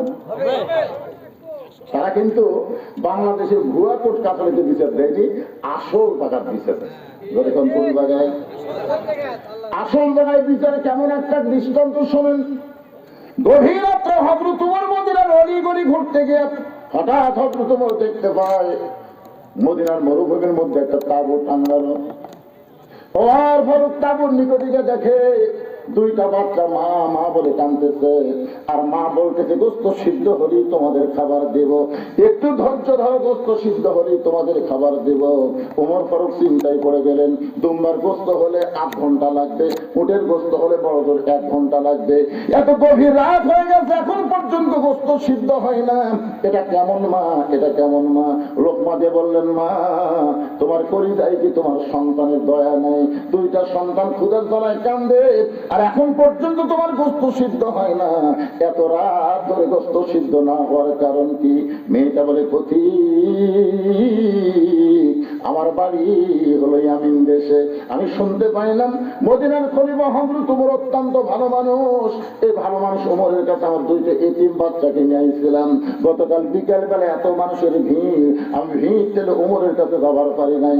আজকে রাতটা কোনো মতে কাটায় দিয়ে আগামীকাল সকালবেলা ওমরের দরবারে যাব, কিন্তু আমার 2টা এতিম বাচ্চা ক্ষুধার জ্বালায় বারবার যখন কাঁদতেছে, আমি মা হয়ে তাদেরকে সান্ত্বনা দেওয়ার জন্য পাতিলে পানি আর পাথর দিয়ে নিচে আগুন চালায় বলতেছি, বাবা গোস্ত সিদ্ধ হলেই তোমাদের খাবার দেব। ও পথিক আমার পাথর সিদ্ধ হবে না, আমার সন্তান 2টাকেও খাবার দেবার পারবো না, কিন্তু আমি মা হয়ে বুঝবার পারছি আমার সন্তান সকাল পর্যন্ত আর বাঁচবে না। এত খিদা নিয়ে 2টা সন্তান হয়তো রাতের বেলায় আমার মৃত্যু হয়ে যাবে। সঙ্গে সঙ্গে ওমর ফারুক বলে, মা একটু ধৈর্য ধরো মা, আসল জায়গায় যেন বিচার দিও না। ওমর ফারুক বললেন, মা একটু ধৈর্য ধরো মা, আসল জায়গায় যেন বিচার দিও না। এই কথা বলে এক দৌড়ে এসে বাইতুল মালের দরজায় বললেন, আসলাম 1 বস্তা খাবার খাদ্য আমার মাথায় উঠে দে। আসলাম বলে, আমিরুল মুমিনিন কোথায় বস্তা নিয়ে যাওয়া লাগবে হুকুম দেন, আমি মাথায় করে নিয়ে যাব। ওমর কান্দার বসলাম রে, একজনের পাপের বোঝা আর একজন মাথায় নিবার পারে না, যে আমার মাথায় উঠায় দে। অউলিল আমরি মিনকুমকে বিশ্বাস করে তারপর আসলাম ওমর ফারুকের মাথায় যখন খাবার বস্তা উঠায় দেয়, ওমর ফারুক এত জোরে দৌড়ানো শুরু করেছে। আসলাম বলে, আমিরুল মুমিনিন একটা বস্তা মাথায় নিয়ে যদি আপনি এইভাবে দৌড়ান তাহলে আপনি পড়ে গিয়ে আপনার কষ্ট হবে। ওমর কান্দুল, আসলাম রে আসল জায়গায় বিচার দেওয়ার আগে আমি ওমর যদি বুঝবার না পারি, এই ওমরকে আল্লাহ জাহান্নামের আগুনে পোড়ায় মারবে। এক দৌড়ে মেয়েটা তাবুর কাছে গিয়ে বললেন, মা রুটি হালুয়া তৈরি করো। রুটি হালুয়া তৈরি করে যখন মা ওমর ফারুকের হাতে দেয়, ওমর ফারুক 2টা বাচ্চাকে উড়াতের উপরে নিয়ে রুটি হালুয়া ছিঁড়ে ছিঁড়ে যখন মুখে দেয়, ওমরের চোখটা দর দর করে পানি পড়তেছে। 2টা বাচ্চা বলে, কে গো আপনি? আমরা এতিম, আমাদের বাবা নাই, কিন্তু আজকে বাবার দরদ দিয়ে আপনি আমাদের আদর করতেছেন। সঙ্গে সঙ্গে ওমর ফারুক বলে, আল্লাহ এই অধমকে জাহান্নামের আগুন থেকে তুমি বাঁচায় দাও। মেয়েটা বলে, পথিক রে আমি ভালো মানুষের গল্প শুনেছি, কিন্তু মানুষ এত ভালো হয় আজকে নিজের চোখে দেখলাম। তুমি জাহান্নামের আগুন থেকে মুক্ত কেন চাও? আল্লাহ ওমরকে মদিনার খলিফা না বানায়া তোমাকে যদি খলিফা বানায়া দিত, এই মদিনা আল্লাহর জান্নাত হয়ে যেত। ওমর কিন্তু 2বার একটা কথা বলেছে, মা আসল জায়গায় বিচার দিও। আসল জায়গা মানে কি? এই আলেমেরা জেলের মধ্যে তাদেরকে অন্যায় ভাবে নিয়ে যাওয়া হয়েছে, বিশেষ করে আল্লাহ আল্লাহ সাইদি আসল জায়গায় বিচার দেওয়ার কারণে আজকে জালেমের এইরকম পরিণত হয়েছে। দরকার কথা ঠিক না? গোটা পৃথিবীর ইতিহাসে যে সরকার প্রধানও পলায়, তার সাথে 300 এমপিও পলায়, গোটা পৃথিবীর ইতিহাসে এরকম ইতিহাস নেই। কি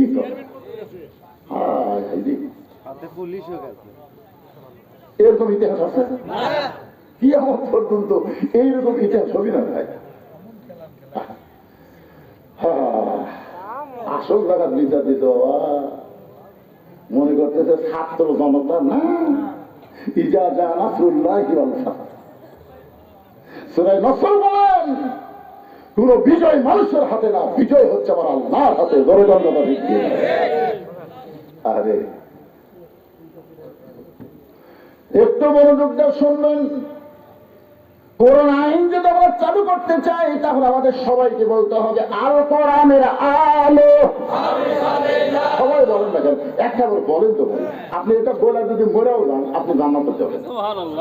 কারণ রাসূল বলেছেন, মান সাআলাল্লাহু তাআলা আশ-শাহাদাতা বিসিদকিন বাল্লাগাহুল্লাহু মানাজিলা শুহাদা ওয়া ইন মাতা আলা ফিরাশিহি, রাওয়াহুল বুখারী।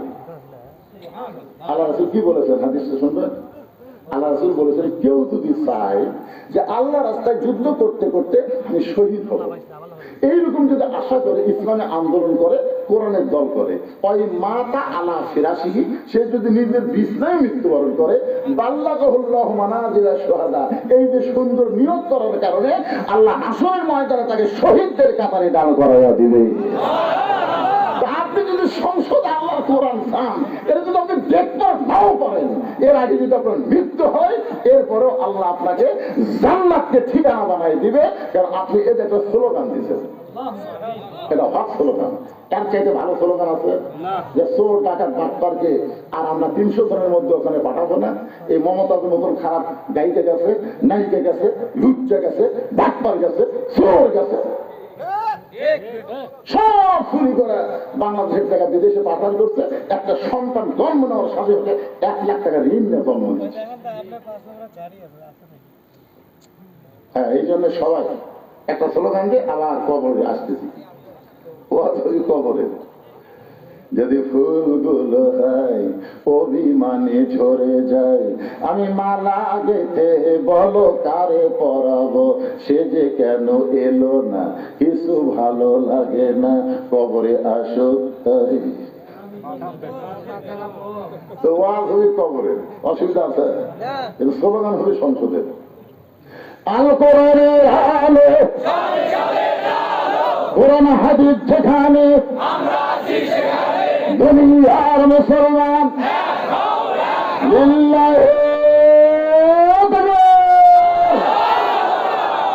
আলহামদুলিল্লাহ। কোরআনের আলোচনা করবো। আওয়ামী লীগ, বিএনপি আর জামাত আছে, আর সব মুসলমান কোরআনের দল। ধরে কোন ঠিক কিনা?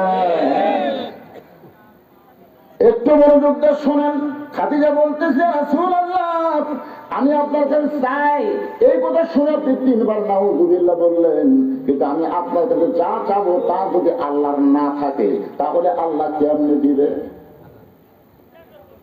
নবী চুপ করছে। খাদিজা আমার কাছে কি চাবে যেটা আল্লাহর নাই? আমরা সবাই জানি সবকিছুর মালিক কে? আল্লাহর নাই। রাসূল বলতে, খাদিজা আপনি একজন 1 নম্বর ইমানদার। সর্বপ্রথম নবীর হাতে যিনি কলেমা পড়ে মুসলমান হয়েছে তার নাম কি? মারাত্মক কথা। হ্যাঁ, আরে মহিলা না, সর্বপ্রথম খাদিজা, তারপরে আবু বকর, তারপরে আলী। এটা ইতিহাসবিদ দেখছে। পুরুষের মধ্যে আবু বকর, মহিলাদের মধ্যে খাদিজা, আর বাচ্চাদের মধ্যে আলী। কিন্তু প্রথম খাদিজা, তারপর আবু বকর, তারপর আলী। আমার কথা কি বুঝলেন? এটা আপনার লেখবার গেলে কি, সর্বোত্তম খাদিজা, মহিলাদের মধ্যে সর্বোত্তম পুরুষ আবু বকর, সর্বোত্তম বাচ্চা আলী। কারণ খাদিজা যখন ঈমান গ্রহণ করছে তখন খাদিজার বয়স ছিল 55 বছর। কয় বছর? আর আবু বকর রাদিয়াল্লাহু যখন ঈমান গ্রহণ করছে তখন তার বয়স ছিল 37 বছর। আর হযরত আলী যখন ঈমান গ্রহণ করছে তখন তার বয়স ছিল 7 বছর 9 মাস। এখন আপনাদের যেটা বুঝতে পারছেন সেটা হলো, আপনারা বলেন তো, বাংলাদেশে কোন পীরের বউ ওই পীরের মুরিদ আছে? কেন নেই? কারণ বউ জানে আমার পীর সাহেব মাঝে মধ্যেই মুরিদের বইয়ের দিকে চোখ মারে, 1 নম্বর বুঝছে। বাংলাদেশে কোন ডাক্তারের বইয়ের সিজার লাগে না, বাংলাদেশের কোন মৌলবীর বাড়ি মিলাতে হয় না। বলে এখন কথা ঠিক।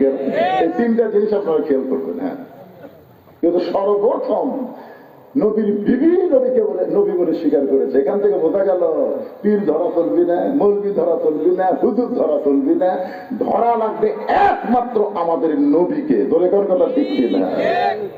উপায় নাই রে, উপায় নাই রে, উপায় নাই, নবী বিনে আল্লাহ পাওয়ার উপায় নাই।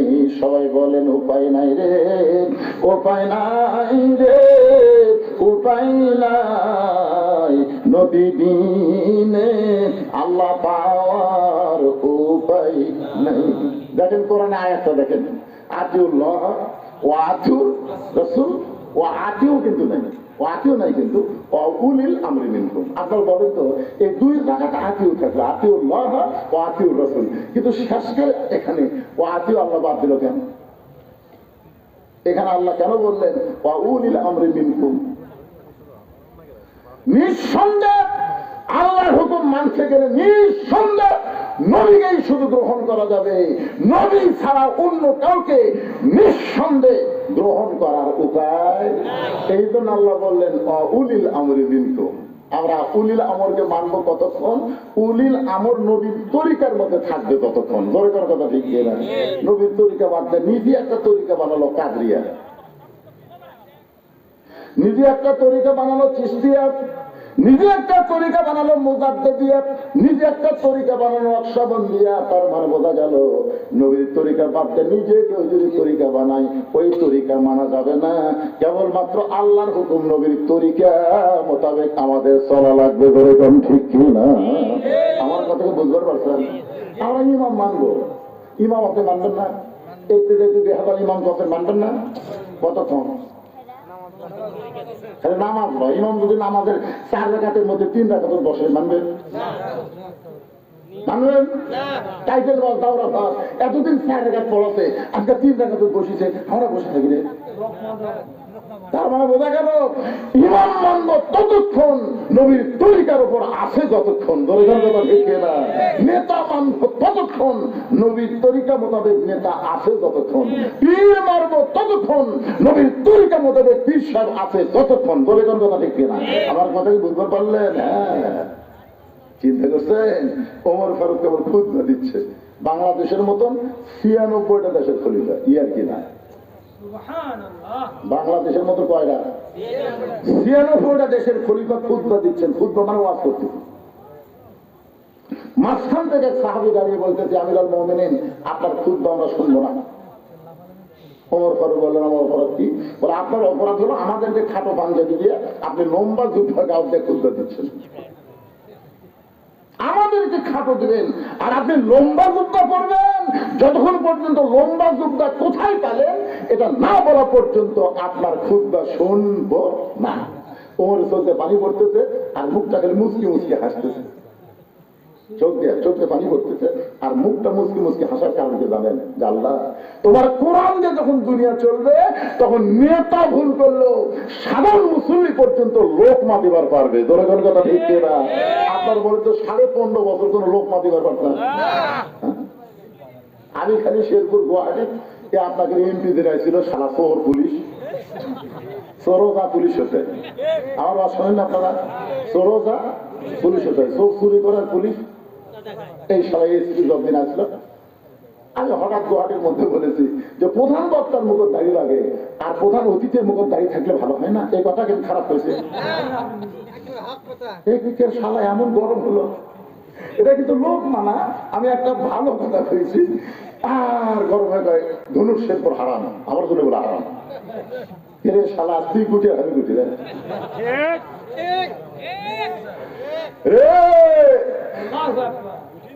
সারাগঞ্জের মানলাম করছিল আজ থেকে সারাগঞ্জের শোনো তারা বংশের জন্য হারাম করে দিলাম।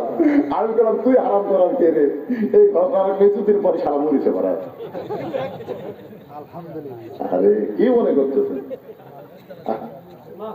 উনি নেতা, একটা এমপি, তার মুখে দাঁড়িয়ে রাখা নবীর সুন্নতের কথা বলেছি আর বেটা খেয়ে গেছে। কারণ মানুষের তৈরি আইনটা বাংলাদেশ চলে লোক মাতিনি নেতা খেতে, আর কোরআন যখন দুনিয়া চলবে সাধারণ মুসলিম বাংলাদেশের মতন 96টা দেশের খলিফার খুতবা বন্ধ করে দিচ্ছে। আমাদেরকে খাটো পাঞ্জাবি দিয়ে আপনি লম্বা জুব্বা পরে খুতবা দিচ্ছেন। যতক্ষণ লম্বা জুব্বার কাহিনী না বলবেন ততক্ষণ আপনার খুতবা শুনবো না। ওমর ফারুকের চোখটা দর দর করে পানি পড়তেছে। এমন সময় 30 পারা কোরআনের হাফেজ, 6 লক্ষ হাদিসের হাফেজ, নাম হলো আব্দুল্লাহ ইবনে ওমর। দেখছেন নেতার বেটা যোগ্যতা? দেখছেন নেতার বেটা 30 পারা কোরআনের হাফেজ, 6 লক্ষ হাদিসের হাফেজ। আর হামাকের এমপির বেটার খবর কি? এই আমাদের প্রধানমন্ত্রীর বেটা খ্রিস্টান মহিলা বিয়ে করছে। দেখছেন? আরে কি মনে করছেন? চিন্তা করে দেখেন, বাংলাদেশের মতন 96 দেশের খলিফা হযরত ওমর, যাকে বলা হয় অর্ধ পৃথিবীর খলিফা, ধরে কোন ঠিক কিনা? তার ছেলে 30 পারা কোরআনের হাফেজ, 6 লক্ষ হাদিসের হাফেজ। বাবার বসে গায়ে বলতেছে, নবীর সাহাবীরা, তোমরা খাটো পাঞ্জাবি হলেও তো নতুন কাপড় পরে নামাজ পড়তে এসেছো। আমার পরনে লক্ষ্য করে দেখো, আমার পরনে কিন্তু নতুন কোনো কাপড় নাই। ওসমান গনি বলতেছে, আব্দুল্লাহ, আজকে জুমার দিনে নতুন কাপড় না পরে তুমি পুরাতন কাপড় পরছো কেন? আব্দুল্লাহ বলতেছে, আমি যদি নতুন কাপড় আজকে পরতাম তাহলে আমার বাবার জুব্বা লম্বা হতো না। কি বুঝলেন? আমি যদি আজকে নতুন কাপড় পরতাম তাহলে আমার বাবার জুব্বা লম্বা হতো না। রে নবীর সাহাবীরা, শোনো, তোমরা সবাই যখন ঘুমায় থাকো এমন সময় আমার বাবা ঘুমায় না। যেদিন থেকে মদিনার খলিফার দায়িত্ব পাইছে সেদিন থেকে সব মানুষ ঘুম পাড়বে, আর আমার বাবা তোমাদের খেদমতের দায়িত্ব নিয়েছে। দরকার না সুবহানাল্লাহ। আর এখনকার নেতারা মোবাইল বন্ধ করে ঘুম পাড়ে। ভোটের আগে সেটা গরিবের বন্ধু, সমাজসেবক, জনদরদি, দেশ সালা নেতা হয়ে গেছে, আর মোবাইল আসার নাই। দুনিয়ার সবাই যখন ঘুম পড়ে, ওমর ফারুক সুরের মতন মদিনার অলিগলি ঘুরে বেড়ায়। হঠাৎ হযরত ওমর দেখতেছে একটা তাঁবু টাঙ্গানো, তাঁবুর বাইরে একটা পুরুষ মানুষ খালি দৌড়াদৌড়ি করতেছে। একবার ডানে যায়, একবার বামে যায়, একবার উত্তরে যায়, একবার দক্ষিণে যায়। ওমর ফারুক লোকটার কাছে গিয়ে সালাম দিয়ে বললেন, ভাইজান, এই যে অস্থির হয়ে আপনি দৌড়াদৌড়ি করতেছেন, আপনার কারণ কি? আসসালামু আলাইকুম ভাইজান। আপনি অস্থির হয়ে দৌড়াদৌড়ি করতেছেন, এর কারণ কি? আসসালামু আলাইকুম ভাইজান। আপনি অস্থির হয়ে দৌড়াদৌড়ি করতেছেন, কারণ কি?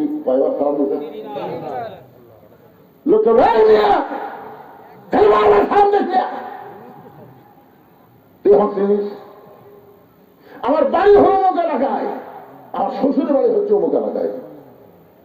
আমি গর্ভবতী বউ নিয়ে রাতের বেলা বের হয়েছি, এই জায়গায় আমার বউয়ের প্রসব ব্যথা শুরু হয়েছে। এখন তাঁবুর মধ্যে আমার বউ খেয়ে আমি বাহিরে অস্থির হয়ে ঘুরতেছি, কি করবো, আমি কি করবো? আর মালিক সময় করে সালাম দেশ। ওর ঘর বললেন, ভাইজান, ভাইজান, একটু ধৈর্য ধরেন, আমার বাড়িতে ভালো একটা ধাত্রী আছে ভাই। লোকটা ভাই কি আরে এত খারাপ ব্যবহার করলাম, তারপর বলে আমার বাড়ির ভালো একটা ধাত্রী আছে। এক দৌড়ে বাড়ির দরজা, আব্দুল্লাহর মা, আব্দুল্লাহর মা দরজা করে দেয়। ওমর ফারুক ভাই চমকে গিয়ে বলে, আব্দুল্লাহর মা, আমি তোমাকে ডাক দাও মাত্রই তুমি দরজা খুললে। তুমি যদি ঘুমের মধ্যে থাকতে তাহলে এত তাড়াতাড়ি দরজা খুলতে পারতে না। বলো তো এত তাড়াতাড়ি দরজা কেমনি খুললে? বউ কান্দের বলে, স্বামী গো, আপনি যখন থেকে খলিফা হয়ে পাগল হয়ে গেছেন, আমি তখন থেকে আপনার জন্য দরজায় দাঁড়িয়ে থাকি। আপনি আসা মাত্র দরজা খোলার অপেক্ষা। আপনি কষ্ট করে মানুষের দুঃখ কষ্ট দেখবেন, আর আমি আরাম করে বিছানায় ঘুমাবো। কারণ বহুদিন আমি আপনাকে দোয়া করতে দেখেছি, আমি কান ফালায় শুনছি যে আমার স্বামীকে দোয়া করতেছে, কি দোয়া করে। আমি কান ফালায় শুনছি আপনি দোয়া করছেন, আল্লাহ, আমার আব্দুল্লাহর মা কত কষ্ট করে আমাকে ভাত তরকারি রুটি পাক করে দেয়। ও আল্লাহ, আমি জান্নাতে গেলে হুর চাই না, আমার বউকে নিয়ে আমি জান্নাতে থাকতে চাই। যে স্বামী বউকে নিয়ে জান্নাতে থাকবার চাই, আর সে বউ ঘুম পাড়ি। ওর হলে বলতেছে, তাহলে চলো জান্নাত তো 8টা, আর একটা জান্নাত কামাই করি। বইটা আমি মনে করছিলাম যে আজকে মানুষের কষ্ট ভুলে যায়, বইয়ের কষ্ট মনে করে তাড়াতাড়ি আপনি বাড়িতে ছিলেন, আর আসার আর একটা বার চলে। তারপর অন্য পাশে যে ঢুকে দিয়েছে বউকে, বিবি রে, একজন মেয়ের বাচ্চা যদি কেউ ধাত্রে হয়ে ধরে, আল্লাহ তারে খুশি হইয়া জান্নাতের খোঁজ খবরই দেয়। বাচ্চা হয়ে গেছে। এখন তাবুর ভিতর থেকে ওর ফারুকের বউ বলতেছে, ইয়া আমিরুল মুমিনিন, আপনার বন্ধুকে খবর দেন, সে একটা সুস্থ সন্তানের বাবা হয়েছে। যেই বলছে আমিরুল মুমিনিন, আপনার বন্ধু খবর দেন, ওর অবস্থা দেখি। 3-3বার সালাম দিতে, সালাম তো নেইনি। যেই রাগ করা করছে আমিরুল মুমিনিন, যে রাস্তা দেখলে শয়তান 40 দিন যায় না, আমার অবস্থা কি এখন? 2 হাত থরথর করে কাঁপতেছে, আমি ভুল করেছি, বেয়াদবি করেছি। ওমর ফারুক বুকের মধ্যে নিয়ে বলে, ভাইজান, যেদিন থেকে খেলাফতের দায়িত্ব নিয়েছি সেদিন থেকে আমার সুখ মাটি করে তোমাদের সুখ শান্তির চিন্তা কলিজার মধ্যে নিয়েছি। সুবহানাল্লাহ। রে দুনিয়ার সাহাবীরা শোনো, তোমরা সবাই যখন ঘুমায় যাও, আমার বাবা তখন ঘুমায় না। আমার বাবা চুপি চুপি আমার দরজায় গিয়ে বলে, আব্দুল্লাহ, ও আব্দুল্লাহ একটু দরজা খোল। আমি দরজা করে তাকায় দেখি বাবার হাতে একটা পাঞ্জাবি। আমি বললাম, বাবা এই গভীর রাত্রে আপনি আর একটা পাঞ্জাবি দিয়ে বেড়াইছেন? বাইতুল মাল থেকে একটা পাইছি বাবা, নতুন করে আর একটা দিয়ে বেড়াইছেন। সঙ্গে সঙ্গে ওমর ফারুক বললেন, ইন্নাল্লাহা ইয়ামুরুকুম আন তুআদ্দুল আমানাতি ইলা আহলিহা ওয়া ইযা হাকামতুম বাইনান নাস আন তাহকুমু বিল আদল। আব্দুল্লাহ রে, তোরা আর একটা পাঞ্জাবি দিবে আসিনি বাবা। এই পাঞ্জাবিটা আমার ভাগে পড়েছে, এইটা পরলে আমার হাঁটু পর্যন্ত ঢাকে না। এখন বললে, আব্দুল্লাহ আমি এত খাটো পাঞ্জাবি পরে যদি ইমামতি করবার যাই তাহলে কেমন লাগে? তোর পাঞ্জাবিটা আমাকে দান করে দে বাবা, তোর পাঞ্জাবিটা আমাকে দান করে দে। আব্দুল্লাহ বলে, আমার নতুন পাঞ্জাবি আমার বাবাকে দান করে দিলাম। বাবার পাঞ্জাবি আমার পাঞ্জাবি একত্র করে বাবা লম্বা জুব্বা বানায় খুতবা দেয়। এখন বলো বাবার খুতবা শোনা যায় কি না যায়? সমস্ত সাহাবীরা চিল্লায় বলে, আল্লাহ তোমার কোরআন দিয়ে যখন রাষ্ট্র চলবে, এমন ভালো মানুষকে মুসলমান নেতা হিসাবে দেখতে পাবো।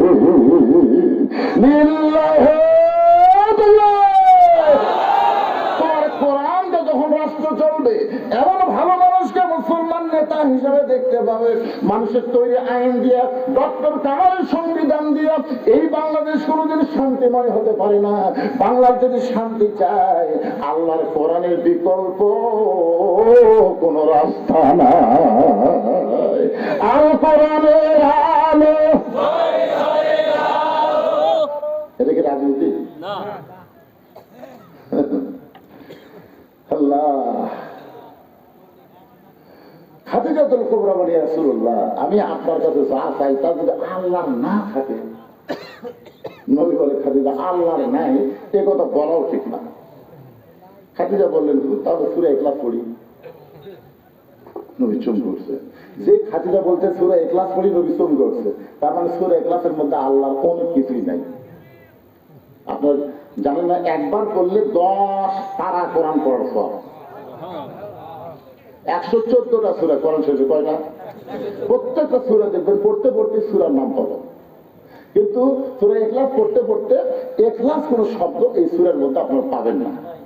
আচ্ছা, কুল আউযু বিরাব্বিন নাস সূরার নাম কি? কুল আউযু বিরাব্বিল ফালাক সূরার নাম কি? তাব্বাত ইয়াদা আবি লাহাব সূরার নাম কি? ইজা জা নাসরুল্লাহ সূরার নাম কি? কুল ইয়া আইয়ুহাল কাফিরুন সূরার নাম কি? এখন দেখেন তো, কুল হুয়াল্লাহু আহাদ আল্লাহুস সামাদ লাম ইয়ালিদ ওয়া লাম ইউলাদ ওয়া লাম ইয়াকুল লাহু কুফুয়ান আহাদ। এর মধ্যে ইখলাস কোটি নাই। 113টা সূরা আপনি পড়েন, পড়তে পড়তে সূরার নাম অটোমেটিক আপনার সামনে পাবেন। কিন্তু সূরা ইখলাস পড়লেন 10 বার পড়লেও ইখলাস শব্দ আপনি একবার পাবেন না। তো এই সূরার নাম ইখলাস আল্লাহ কেন দিলেন?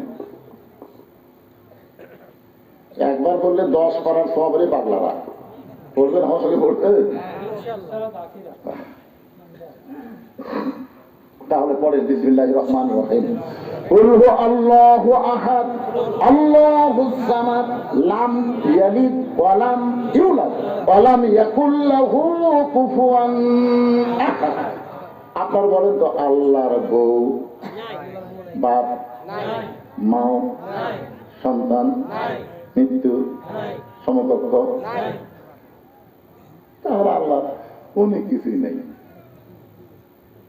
খাদিজা বলতে হুজুর আমি আল্লাহর কাছে যা চাবো তাকে আল্লাহ আমাকে দিবে।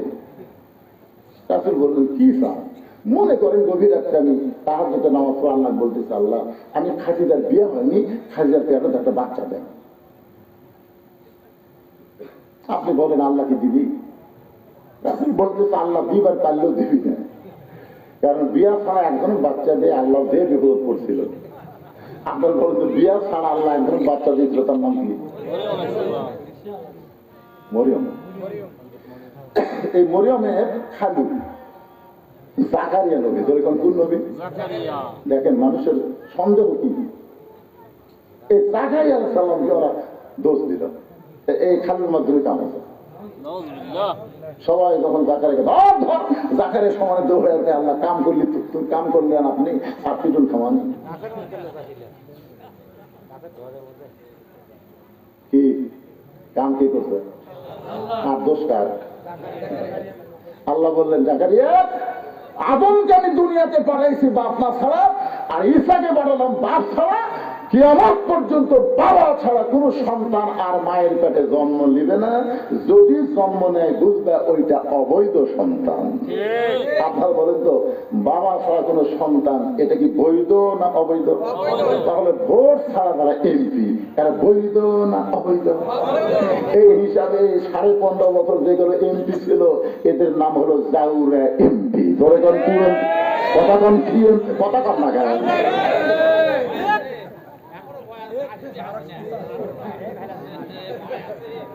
আজকের হেডলাইন দিব জাউরা এমপি।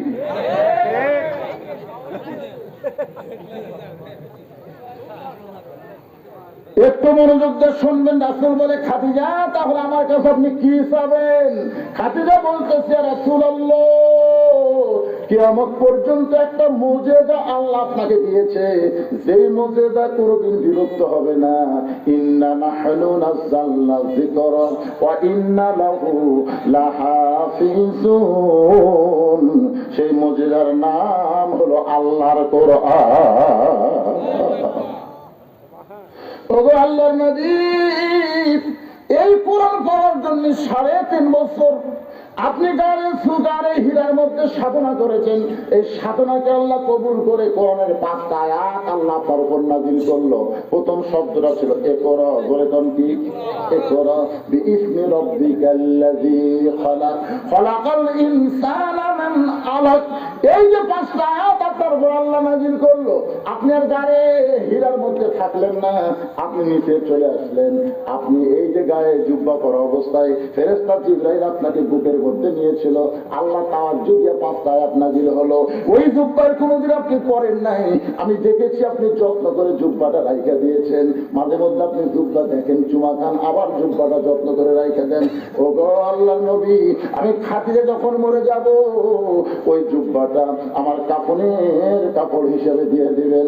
আমার 2 নম্বর চাওয়া হলো আপনার পবিত্র হাত দিয়ে আমাকে অন্ধকার কবরে নামায় দিবেন।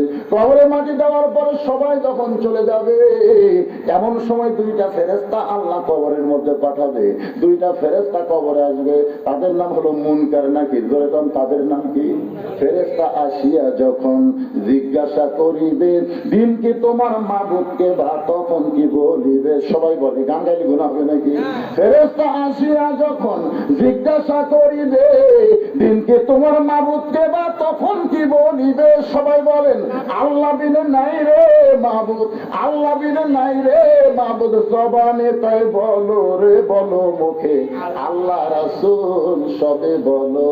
ওগো আল্লাহর নবী, ওই ফেরেশতা 3টা প্রশ্ন করবে, আমি খালি উত্তর দিবার পারবো না, আমার পক্ষ থেকে আপনাকে উত্তর দেওয়া লাগবে। এই 3টা চাওয়া যদি আপনি পুরা করতে পারেন, তাহলে 50,000 বছরের কবরে আমার খাদিজার কোনো চিন্তা নাই। সঙ্গে সঙ্গে আল্লাহ নবী খাদিজার কবরে চুমা দিয়ে বলেন, খাদিজা, ওই আল্লাহর শপথ করে বলতেছি, আমার আগে যদি আপনার মৃত্যু হয়, তাহলে আপনার 3টা চাওয়াই আমি পুরা করব ইনশাআল্লাহ। আপনার বলেন তো, এখানে রাসূল কি বললেন? আমার আগে যদি আপনার মৃত্যু হয়। এই কথার দ্বারা রাসূল বুঝালেন, কে কখন মরবে এটা আল্লাহর নবীও আর আমাদের করে জানে তো, জানে না। 5 তলা উপর তলা শুয়ে থেকে, এ বাড়ি আমার, 1.5 লাখ টাকার খাতের উপরে 12,000 কম্বল দেওয়ার দেখ হয়। আমার বাড়ি, আমার ঘর, আমার নামাই কি ওরে তোমার পাগল দেখ, আমার নামাবি কি? রাত 3টার সময় একটা ভূমিকম্প। এরকম কি কম্প না, খুব জোরে ওঠে। ওই এখন পাই এত ফোর্সে নামছে ভাই, কম্বলের মধ্যে লঙ্গি খুলে আছে, ওটাও পড়ার টাইম একে ন্যাংটা হয়ে নামছে। ফেরেশতা বলছে, আল্লাহ নামাইলা নামাইলা, তাই বলে ন্যাংটা করে। আল্লাহ অহংকার করিস না রে। 41 সাল পর্যন্ত 1 লক্ষণ সে ন্যাংটা হয়ে নামা পড়াছে, আরেকটা পড়ানো হাসি না। ধরে কোন কথা ঠিক কিনা গোষ্ঠী সুস্থে। অহংকার করো না বাবা, পলাবো না, পলাবো না, শিখের বেটি পলায় না। আর একটা শালা কাউয়া এই আর এই হামান, এই হচ্ছে হামান। হাসিনা যদি ফেরাউন হয় তাদের হলো হামান, গড়ে তন্ত্র বাড়ি। এই শালা হামান, এর মাজা চলে না। মাইক পালি খেলা হবে ফেলবার গেলে মাজা থাকা লাগছিল, পাতলা মাজা ছাড়া খেলা যায় কি? তাহলে সমস্ত ক্ষমতার মালিককে আমার সঙ্গে যারা পারেন তারা পড়েন, না পারলে মনোযোগ দিয়ে শুনবেন। আল্লাহ তাআলা কোরআনে বলতেছেন, তো ইজ্জু মান তাশা ওয়া তুযিল্লু মান তাশা বিয়াদিকাল খায়র ইন্নাকা আলা কুল্লি শাইইন কাদির। মা খাদিজা দুনিয়া থেকে বিদায় নিলেন। দুনিয়া থেকে বিদায় নেওয়ার পরে আল্লাহ নবী তাকায় দেখে তার 4টা মেয়ে কাঁদতেছে। মা খাদিজার পেট থেকে আল্লাহ তার নবীকে 4টা মেয়ে দিয়েছিলেন। একটা মেয়ের নাম হলো রোকেয়া, একটা মেয়ের নাম হলো কুলসুমা, একটা মেয়ের নাম হলো জয়নাব, আর একটা মেয়ের নাম হলো খাতুনে জান্নাত ফাতেমা। রাসূল তাকায় দেখে 3 মেয়ে কাঁদতেছে, একটু শব্দ শোনা পায়, কিন্তু ফাতেমার কান্নার কোনো সাউন্ড নেই। আপনার বলতো যে মেয়েরা শব্দ করে কান্দে, ওরা কি শুধুই কান্দে? আমার বাবা মইরা গেছে রে, মরার আগে খাট দিবার ছিল, সেই খাট আমাকে দিবে কে? আমার বাবা মইরা গেছে রে। তখন বড় ভাই যা বলতে কান্দিস না পারলি, যে খাট আমার বাপ দিবার ছিল সে খাট আমি দেবো। তখন বলতেছে আমার বাবা মইরা গেছে রে, মরার আগে খাট দিবার চাইছিল, সেই খাট আমাকে বড় ভাই দিবে, এখন ল্যাপ তো শুধু দিদিকে। এই আমার বাবা মইরা গেছে রে। তখন মেজো ভাইরা বলতে কান্দিস না পাগলি, ল্যাপ তো আমি দেবো। তখন সাইডরা বলতেছে মানুষ বুড়া হলে মরবে কি? এইরকম কিছু মেয়েরা আছে না নাই? ধরে আছে না নাই? নবীর তাকে দেখে ফাতেমা কাঁদতেছে, চোখের পানি পড়তেছে, গাল ভিজে যাচ্ছে, কিন্তু কান্নার কোনো শব্দ নাই। আল্লাহ নবী ডাক দিলেন, ফাতেমা একটু মেহেরবানি করে ঘরের মধ্যে আয়। ফাতেমা যখন ঘরের ভিতরে, নবী বলেন, ফাতেমা তোমার মা দুনিয়া থেকে বিদায় নেওয়ার আগে আমাকে 2টা ওসিয়ত করেছে। 1 নম্বর ওসিয়ত হলো তোমার মাকে তুমি একলাই গোসল করার লাগবে। ও ফাতেমা, তোমার সঙ্গে অন্য কাউকে তুমি নিবার পারবা না, তুমি একা একাই তোমার মাকে গোসল করার লাগবে। 2 নম্বর ওসিয়ত হলো তোমার মাকে একা একাই তোমাকে কাপড়ের কাপড় পরাতে হবে। ফাতেমা বলে, বাবা আমার আরো 3টা বোন আছে বাবা, এদেরকে যদি সঙ্গে না নেয় ওরা মন খারাপ করবে। রাসূল বলে, ফাতেমা ওসিয়ত পালন করা হলো ওয়াজিব। যেখানে তোমার মা তোমার কথা একলা বলেছে সেখানে অন্য কাউকে আর ঢুকানোর সুযোগ। আপনার ওসিয়ত করবেন। এই গোরস্থানের কমিটি যারা আছে তাদের কাছে আমি বলতেছি, আপনার ওসিয়ত করবেন যদি কেউ মারা যায় কোন বেনামাজি কবর খুঁজতে পারবে না। আপনাদের গোরস্থানে কবর কারা করে, নামাজি না বেনামাজি?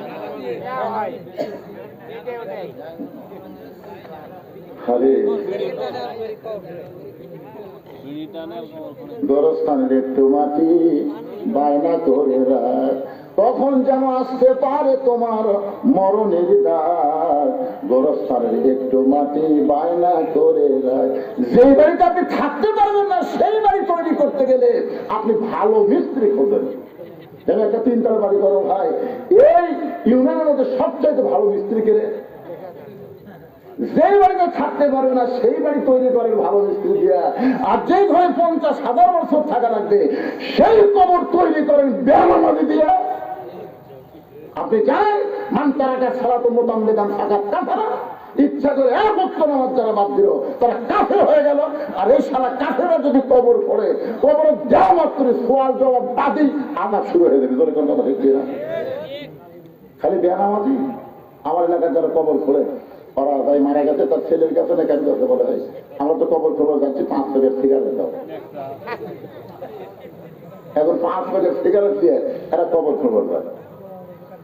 কবর যে খুঁজতেছে ওর মুখ সিগারেট, যাই কবর সমান করতেছে ওর মুখ সিগারেট, যাই মাটি তুলতেছে ওই একটা কান্দিতে। 5টা সিগারেট যদি গোরস্থানত চলে, আপনার বলেন তো ফেরেশতা থাকবে? কারণ ফেরেশতা দুর্গন্ধ সহ্য করতে পারে। ফেরেশতা সাইডে দেখায় আছে, সাইডে দেখায় আছে। আল্লাহ কে রে গোরস্থান মধ্যে সাইডে গেল, তাহলে সে বিড়ি ধরাছে। আপনারা কি মনে করতেছেন আপনি মারা গেলে আপনার গ্রামের সবচাইতে দামি ব্যক্তি হলো মসজিদের মুয়াজ্জিন। আপনি মসজিদের মুয়াজ্জিনকে 10,000 টাকা দিয়ে পান, বিনিয়োগ করেন, ভাই আমি মরে গেলে তুই একটু আমার গোসল করাই দিস। আল্লাহ নবী বলেছেন মুয়াজ্জিনের মাথা হাসরের ময়দানে সবচাইতে উপরে থাকবে, শুধু মাথা উপরে থাকবেন, আল্লাহ কুদরতি হাত দিয়ে মুয়াজ্জিনের মাথা একটা টুপি পরাই দিবে, যেই টুপিটা চাঁদের মতন আলো ছড়াবে।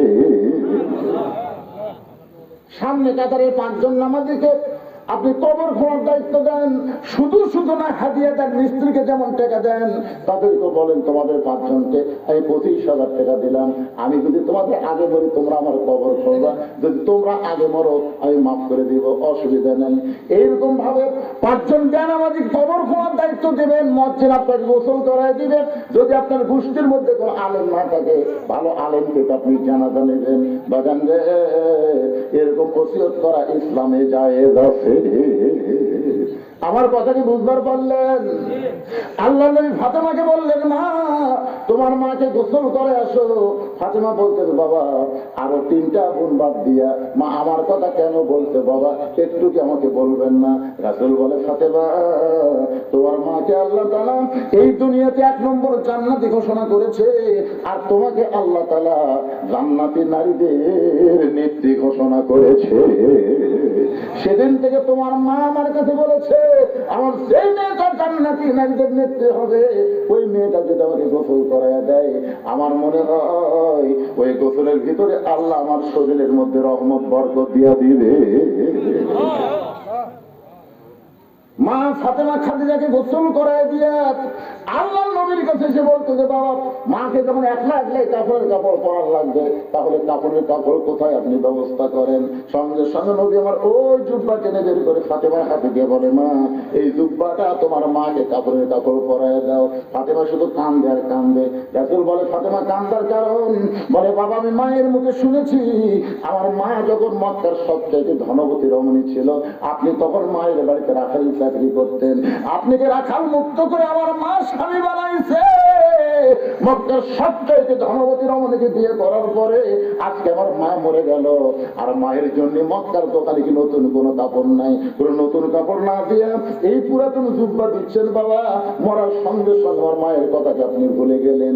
রাসূল কান্দে বলে ফাতেমা এই জুব্বা আমি তোর মাকে দিচ্ছি না মা, তোমার মা আমার কাছে চাইছে। ফাতেমা বলে বাবা এই পুরাতন জুব্বা চাওয়ার পেছনে মায়ের কারণ কি? আল্লাহ নবী বললেন ফাতেমা এই জুব্বা সাধারণ কোন জুব্বা নয়, এই জুব্বার সঙ্গে আল্লাহর কোরআনের সম্পর্ক রয়েছে। এখন আপনারা বলেন আল্লাহর কোরআনের সম্পর্ক যার সঙ্গে থাকে তার দাম বাড়ে না কমে? আল্লাহর কোরআন আইনকে গ্রহণ করে এই অন্ধকার কবরে যদি যাওয়ার পরে আল কোরআনের আলো খালি সংসদে চলো না, আল কোরআনের আমলটা আপনার অন্ধকার কবরেও আলো দেবে। ধরে কোন কথা ঠিক কিনা? ওয়ানুনাজ্জিলু মিনাল কোরআনি মা হুয়া শিফাউ ওয়া রাহমাতুল লিল মুমিনিন। এখন আপনারা বলেন এই জুব্বার সঙ্গে আল্লাহর কোরআনের সম্পর্ক আছে। এবার ফাতেমার জুব্বাখানা নিয়ে মাকে পড়াতে গেলেন, নবী আমার পিছনে পিছনে, ফাতেমার সামনে সামনে। খাদিজার ঘরের মধ্যে ফাতেমা যেই মাত্র ঢুকলেন সঙ্গে সঙ্গে আল্লাহর নবী দরজা বন্ধ করে দিলেন। ফাতেমার জুব্বাখানা কাপড়ের কাপড় পরে যে মাত্র দরজা খুলেছে আল্লাহ রাসূল তাকে ফাতেমা মুচকি মুচকি হাসতেছে। রাসূল বলে ফাতেমা আপনি মুচকি মুচকি হেসে কেমনে দরজা খুললেন? ফাতেমা বলে বাবা কাঁদতে কাঁদতে কেন গেলাম, হাসতে হাসতে কেন দরজা খুললাম আপনি জানেন? রাসূল বলে ফাতেমা কাঁদতে কাঁদতে ঢুকলাম আমি জানি, কারণ একজন মেয়ে তার মাকে কাপড়ের কাপড় পরাবে অবশ্যই কাঁদতে কাঁদতে ঘরের মধ্যে ঢুকবে, কিন্তু হাসতে হাসতে দরজা খুললে ফাতেমা আমি নবী হয়েও বলতে পারতেছি না। বাবা এতদিন আমি জানতাম আপনি ভিতরেও জানেন বাহিরেও জানেন, কিন্তু আজকে দেখতেছি কি জন্য হাসতে হাসতে দরজা খুললাম আপনি জানেন না। রাসূল বলে ফাতেমা মা ইয়ানতিকু আনিল হাওয়া ইন হুয়া ইল্লা ওয়াহয়ুন ইউহা, আমি রাসূল বলতে পারি না যতক্ষণ আল্লাহ না বলায়। ফাতেমা বলতেছে বাবা আপনার জুব্বাখানা আমার মাকে যখন পরাবারে গেছি এমন সময় নজর করে আমি দেখতে পাই, দুই চোখটা দেখলে কিন্তু নজর হবে না, নজর করতে গেলে অন্তরের চক্ষু লাগবে। ধরে কোন ঠিক কিনা? আজকে বাড়ি দেখে আমরা খুশি হই, কবর দেখে আমরা কিছুই মনে করি না। একবার অন্তর চক্ষু দিয়ে তাকায় দেখে এই দুনিয়া বাড়ি ঘর একদিন হয়ে যাবে পর, এই দুনিয়ার বাড়ি ঘর একদিন হয়ে যাবে পর, যাইতে হবে অন্ধকার কবর। মা ফাতেমা বলতেছে আমি নজর করে দেখি আমার মা খাদিজার শরীরে আল্লাহ জান্নাতের পোশাক পরায়া দিছে। সঙ্গে সঙ্গে নবী বললেন ফাতেমা আল্লাহ তোমার মায়ের শরীরে জান্নাতের পোশাক পরাবে এটা আমি জানতাম না, কিন্তু সাহস করে বলতে পারি নাই। ফাতেমা বললেন বাবা কেমনে জানতে? রাসূল বলে ফাতেমা যে মহিলাটা সর্বপ্রথম তোমার বাবাকে নবী বলে স্বীকার করেছে, আল্লাহর প্রতি ঈমান এনেছে, আমার মনে হয় আল্লাহর পক্ষ থেকে খাদিজাকে ঈমানের পুরস্কার আল্লাহ দিয়েছে। নবী নিজের হাতে খাদিজাকে অন্ধকার কবরে নামাই দিলেন। কবরে নামানোর পরে মাটি দেওয়া যখন শেষ সবাই চলে গেছে, কিন্তু নবী খাদিজার কবর ছাড়েন না। ঘন্টার পর ঘন্টা হয়ে যায়, আল্লাহ বলে হাবিব সবাই চলে গেল খাদিজার মাটি দিয়া, কিন্তু আপনি কেন কবর ছাড়েন না? রাসূল বলে আল্লাহ এই খাদিজার কাছে আমি ওয়াদা দিয়েছি, মুনকির নাকির খাদিজাকে প্রশ্ন করবে, খাদিজা উত্তর দিবার পারবে না, আমি নবী খাদিজার পক্ষে উত্তর দিব। আল্লাহ বলে হাবিব আপনি মনে করেছেন আপনি শুধু একাই খাদিজাকে ভালোবাসেন, আজকে শুনে নেন আপনি যেমন খাদিজাকে ভালোবাসেন আমি আল্লাহ তেমন ভালোবাসি। আপনারা কি মনে করছেন যারা নামাজি ব্যক্তি তারা যখন কবরে যাবেন মুনকির নাকির যখন বলবে মান রব্বুকা, আপনার রবকে, আপনাকে উত্তর দেওয়া লাগবে? আপনার পক্ষ থেকে নামাজ দাঁড়িয়ে যাবে, নামাজ বলবে মুনকির নাকি তাকে মান রব্বুকা প্রশ্ন করতেছ। মুনকির নাকি বলবে যে শুয়ে আছে কবরে, তাকে বলে তুই জানিস এখন কি আমরা আরামের একটু ঘুম দিছে, আর এই ঘুম ভাঙার জন্য মান রব্বুকা প্রশ্ন করতেছিস, তুই জানিস এই লোকটা সারা জীবন কত ওয়াক্ত নামাজ পড়ছে? মুনকির নাকি বলে আমরা কেমন জানবো? আরে পাগলা দৈনিক 5 ওয়াক্ত নামাজ পড়ছে, 50 বছরে 5 ওয়াক্ত 50 বছর গুনবে। মুনকির নাকি আমাদের কাছে তো ক্যালকুলেটর নাই ভাই, নামাজ বলতেছে আমার কাছে আছে। এই লোকটা মসজিদে ঢোকার সাথে সাথে নামাজের নিয়ত করেই বলেছে আলহামদুলিল্লাহি রাব্বিল আলামিন, রুকু যে বলেছে রব্বিল আযীম, সেজদা বলেছে সুবহানাল্লাহ আলা। কিন্তু দুনিয়াতে এত রব রব করে কেবল কবরের মধ্যে আছে আবার রব। মুনকির নাকির আল্লাহ তোমার বান্দাকে মান রব্বুকে প্রশ্ন করলে নামাজ যে খাবার খেয়েছে আমরা কি করি? আল্লাহ যে নামাজ নিয়ে কবরে আসছে তার মান রব্বুকা প্রশ্নের উত্তর হয়ে গেছে। তাহলে সুবহানাল্লাহ করে হবে না তো ফজরের নামাজ জামাতে পড়া লাগবে ইনশাআল্লাহ। এখানে অনেক মানুষ আছে তারা মনে করে কবরের উত্তর খুবই সোজা, যখন বলবে মান রব্বুকা আল্লাহ, আমার নাম মুহাম্মদ রাসূলুল্লাহ, আমার দিন ইসলাম। আপনি যদি ইসলামের সাথে সম্পর্ক না থাকে, যদি নবীর সাথে আপনার সম্পর্ক না থাকে, আল্লাহর সাথে যদি আপনার সম্পর্ক না থাকে, একটা প্রশ্নের উত্তর জানা থাকলেও দিবার পারবেন না। ধরে কোন কথা ঠিক কি না? প্রশ্ন করবে আমার দিন, তোমার দিন কি? এই বাংলাদেশে যারা ইসলামে আন্দোলন করে, কোরআন রাজনীতি যারা চায়, দিন কায়েমের আন্দোলনে আফিমুদ্দিন দিনকে প্রতিষ্ঠা করার জন্য যারা জেল জুলুম নির্যাতনের শিকার হয়েছে, ইসলামী আন্দোলন তাদের পক্ষে অবাধীনতার উত্তর দিয়ে দিবে। বলে কাম সুবহানাল্লাহ। যখন প্রশ্ন করবে আমার নাবিউকা তোমার নবীকে, নবীর সুন্নাত, নবীর আদর্শ, নবীর মহব্বত যাদের কলিজার মধ্যে আছে, নবীর মহব্বতে মাথায় টুপি দেয়, নবীর মহব্বতে মুখে দাঁড়িয়ে রাখে, সে আমার নাবিউকার উত্তর দেওয়ার আগেই নবী তাকে সে বলবে মুনকির নাকি আমাকে নবী বলার আগেই আমি তাকে উম্মত হিসাবে স্বীকার করে নিলাম। বলে কাম সুবহানাল্লাহ। এখন আপনারা কি ভাবতেছেন?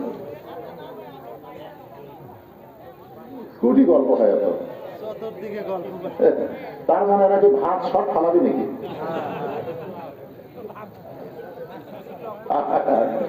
ভিতরে যারা নাই বাহিরে হইচই করে ভাত খাওয়ার চায় আল্লাহ, ওয়াজ না শোনা যারা খালি এই খাওয়ার পরে কমপক্ষে 5 থেকে 1000 টাকা যেন ডাক্তার দেওয়া লাগে নাকি সবাই অদাতা অদাতা যারা খালি। আপনি কি মনে করছেন খাওয়ার মাধ্যমে মানুষের শক্তি হয়, খাওয়ার মাধ্যমে মানুষের ডায়রিয়া হয়? দরকার কথা ঠিক কি না? আল্লাহ আল্লাহ যেন আমার শুনতেছেন আমার কথা খাওয়া দাওয়া করবি, এরকে যেন এই রোগটা দেওয়া আল্লাহ। খাওয়ার পরে যখন পেট ঘুটঘুট করে গেলে ঢুকবি আর বাড়াবার না পারে, উঠবার সাথে আমার পেট কামড় উঠতে দাও একবারে 6 বার যদি পাতলা পায়খানা আমি আর খাবি সরম নাই, লজ্জা নাই। মুরগির তলে ডিম দিলে বাচ্চা হয় রে, মুরগির বাইরে ডিম থাকলে বাচ্চা হয় না, কাজ দেওয়া হয়। সামিয়ানার তলে তারা মুরগির নিচে উষুম পাশে তারা, ধরেন ঠিক কিনা? আর দাঁড়িয়ে তারা কাজ দেওয়া তারা খা, জন্মের শেষ খাওয়া খা। কি চিল্লা চিল্লি দেখছেন বাইরে কি হয়? আর আছে আবিষ্কার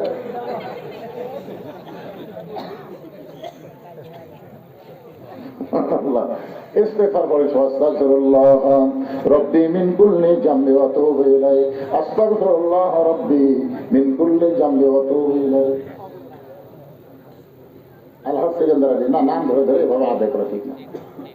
উনি কখন ওয়াজ করে যাই কি বিপদ পড়ছি, এখানে আল্লাহ সেকেন্দারি লিখে নাই তো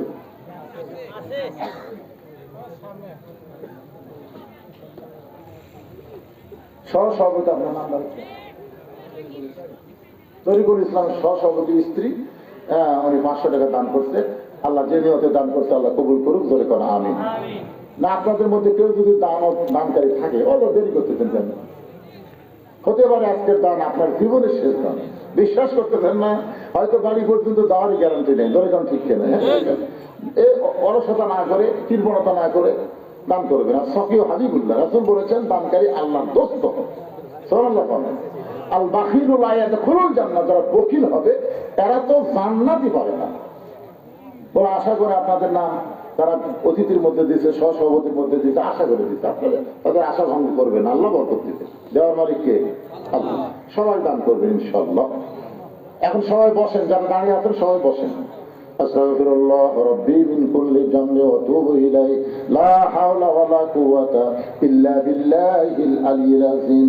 আল্লাহুম্মা আমিন। আল্লাহুম্মা আনতাস সালাম ওয়া মিনকাস সালাম, তাবারাকতা ইয়া যাল জালালি ওয়াল ইকরাম। আয় আল্লাহ তাআলা, রাত 12:30 প্রায় বাজতেছে, এই দীর্ঘ সময় পর্যন্ত তোমার বান্দা বান্দীরা আরামের বাড়ি ঘুমকে বাদ দিয়ে কোরআন হাদিসের মহব্বত কলিজার মধ্যে নিয়ে আজকে কবর সংক্রান্ত আলোচনা শুনেছে। মেহেরবানি করে আজকের মাহফিল আমাদের সকলের হেদায়েতের জন্য, নাজাতের জন্য, জান্নাতের জন্য কবুল করো। এই মাহফিলের শুরু থেকে শেষ পর্যন্ত যত আলোচনা হয়েছে আল্লাহ, এর মধ্যে যদি ত্রুটি হয়, ভুল হয়, মাফ করে দিও। এর হাদিয়া মঞ্জুর করো সোনার মদিনায়, নবী পাকের রওজা মুবারকে আল্লাহ কবুল করো। তামাম আনবিয়ায়ে কেরাম, আসহাবে কেরাম, তাবিঈনে কেরাম, তাবা তাবিঈনে কেরাম, আউলিয়ায়ে কেরাম, পীর মাশায়েখ, বুজুর্গানে কেরাম, তামাম পৃথিবীর মাটির নিচে যত মুমিন মুমিনাত আছে আল্লাহ সকলের আরওয়াহ পরে হাদিয়া কবুল করো। আল্লাহ আমরা যারা হাত তুলেছি, আমাদের জনম দুঃখনে মা যাদের কবরে চলে গেছে, ছোট্ট একটা শব্দ হলো মা, এই নামের যে কি মধু, যাদের মা নাই তারাই বুঝতেছে। এই দরদের মা যাদের কবরে গেছে আল্লাহ মেহেরবানি করে মায়ের কবরকে জান্নাতের টুকরা বানিয়ে দাও। বাবার বাড়ি ঘর সবই আছে, আমরা যারা বাবা হারিয়েছি আল্লাহ মেহেরবানি করে বাবার কবরকে জান্নাতের টুকরা বানিয়ে দাও।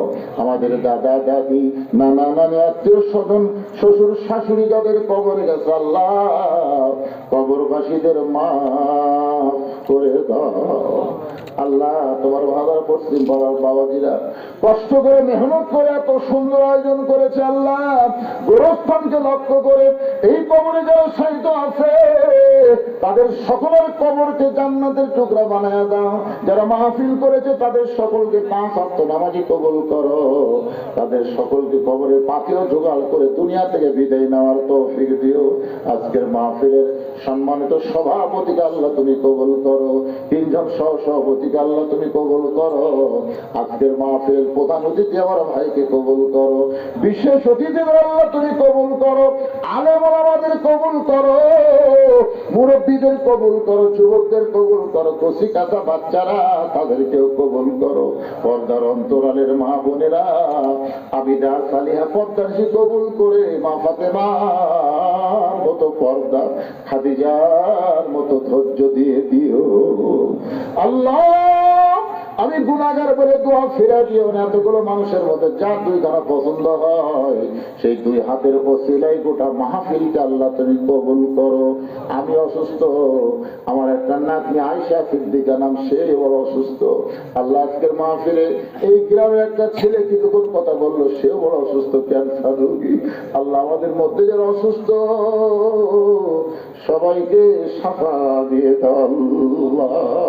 বাংলাদেশের প্রতি রহম করো আল্লাহ। ফিলিস্তিনের মুসলমানকে বিজয় দাও, সিরিয়ার মুসলমানকে বিজয় দিয়েছ, বাংলাদেশকেও তুমি রহমত করেছো আল্লাহ। বাইতুল মুকাদ্দাস মুসলমান যেন পায়, আর পৃথিবীর মানচিত্র থেকে ইহুদিদেরকে আল্লাহ তুমি ধ্বংস করে দাও। তুমি তো ধ্বংসের কথা বলেছো, তাব্বাত ইয়াদা আবি লাহাবি ওয়া তাওয়াল্লা। আল্লাহ তোমার ঘর বাইতুল্লাহকে রক্ষা করার জন্য আব্রাহা বাদশাকে ধ্বংস করে চাওয়াবিল পাখি দিয়ে তোমার বাইতুল মুকাদ্দাসকে তুমি হেফাজত করো আল্লাহ। আল্লাহ আল্লাহ আল্লাহ ভারতের চক্রান্ত থেকে আমাদের সোনার বাংলাদেশকে আল্লাহ তুমি হেফাজত করো আল্লাহ। মাঠে ময়দানে যে ফসলগুলো আবাদ করতেছে আল্লাহ, প্রত্যেকটা আবাদের মধ্যে আল্লাহ তুমি বরকত দিও। এই ভাদার পশ্চিম পাড়ার উপরে তুমি রহমত বরকতের দরজা খুলে দাও আল্লাহ। প্রতি বছর এমন করে একটা জান্নাতের বাগান যেন লাগাতে পারে এমন ঈমানি শক্তি গ্রামের সমস্ত মানুষকে দান করে দাও আল্লাহ। সুবহান রাব্বিকা রাব্বিল ইজ্জাতি আম্মা ইয়াসিফুন ওয়া সালামুন আলাল মুরসালিন আলহামদুলিল্লাহি রাব্বিল আলামিন। ওয়াল আখিরাতি কালিমাতুনা ইনদাল মাউত। সকলে পড়েন লা ইলাহা ইল্লাল্লাহু মুহাম্মাদুর রাসূলুল্লাহ সাল্লাল্লাহু আলাইহি সাল্লাম। আসসালামু আলাইকুম ওয়া রাহমাতুল্লাহি ওয়া বারাকাতুহু।